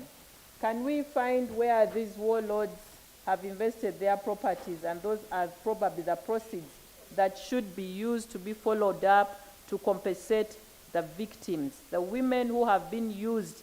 Because, again, when you look at the root causes, we said reparations, you can't also have reparations without knowing what the root causes are. Forever, women have been used to further rebellion. Forever, they have been used to have more children. You talk about the comfort women in Korea who are used during the World War to quell, to satisfy the men, and the women who have been married off or forced to have children. So that is the origin. What is the root cause? Why are women forever used as sex slaves in war? So for me, I think that is it. Start with negotiating for it, and then look for the most impactful process to implement those reparations. Thank you. Thank you. I will take the moderator's questions, Brenda. So, yes, there are those countries that have not ratified, that are in conflict, so 9 of them. But the good thing about all these countries is that they have at least signed. So with the exception of Egypt and Morocco, those are the only 2 countries that have not signed the protocol or even ratified it. All the others have signed, which therefore means that they have a legal obligation not to go contrary. I see you're shaking your head. I don't know whether you're in disagreement, but that is my belief. They have a legal obligation not to go contrary to the spirit and letter of what the protocol provides, even though they are not bound by it through ratification. But we do have a standing campaign as Equality Now and the Solidarity for African Women's Rights Coalition on getting all these countries to ratify. And actually, Sudan, just before the civil war in 2019, was on the verge of ratifying the protocol. So we're still hopeful. But even in the absence of ratification of the protocol, we still have the legal framework that can be used to hold them to account. They all have signed the AU Constitutive Act. They have all ratified the Banjul Charter, the African Charter on Human and People's Rights. And all these are instruments that are at our disposal and in terms of holding these countries accountable, even if they haven't ratified the protocol. So the second, and as well, we still have international law that we can continue to use. On the question of reservations, so I'll say 3 things. One is that reservations are not meant to be in place in perpetuity. Under customary international law, countries must continuously review the status that led them to put the reservations in the first place and work towards lifting those reservations. And indeed, that has been done with respect to the Maputo Protocol by countries like Rwanda and the Gambia that had reservations and have now lifted those reservations. But secondly, we have an ongoing campaign that Equality Now and the SOA Coalition is currently implementing together with the Special Rapporteur on the Rights of Women in Africa on developing a framework that will guide member states and other actors on how to go through the process of withdrawing those reservations. And actually, if you go onto the African Commission website, you will see that there is a call for input on this framework. So I'll invite all of us to please submit. Even if your country does not have reservations, you can still submit your input on this because it's going to be a regional framework. And finally, we must all, on the question of reservations, and I'll say this because there are many judges in the room. I know Uganda, for example, has reservations on Article 14. So does Kenya. But there is a landmark decision in Kenya that related to access to safe abortion. And part of the defense by the government was that Kenya has a reservation on Article 14(2)(c), so therefore you cannot tell us anything about abortion because it is contrary to our reservation and it's contrary to the Kenyan constitution. But the judges in that decision actually recognized that the quote unquote, the effect of that reservation was moot because Kenya's constitution at Article 26(4) is almost word for word reflective of what is under Article 14.2c of the Maputo Protocol. So I know a lot of times judges see reservations and they're like, my hands are tied, I can't do anything. But in this case, the Kenyan judges decided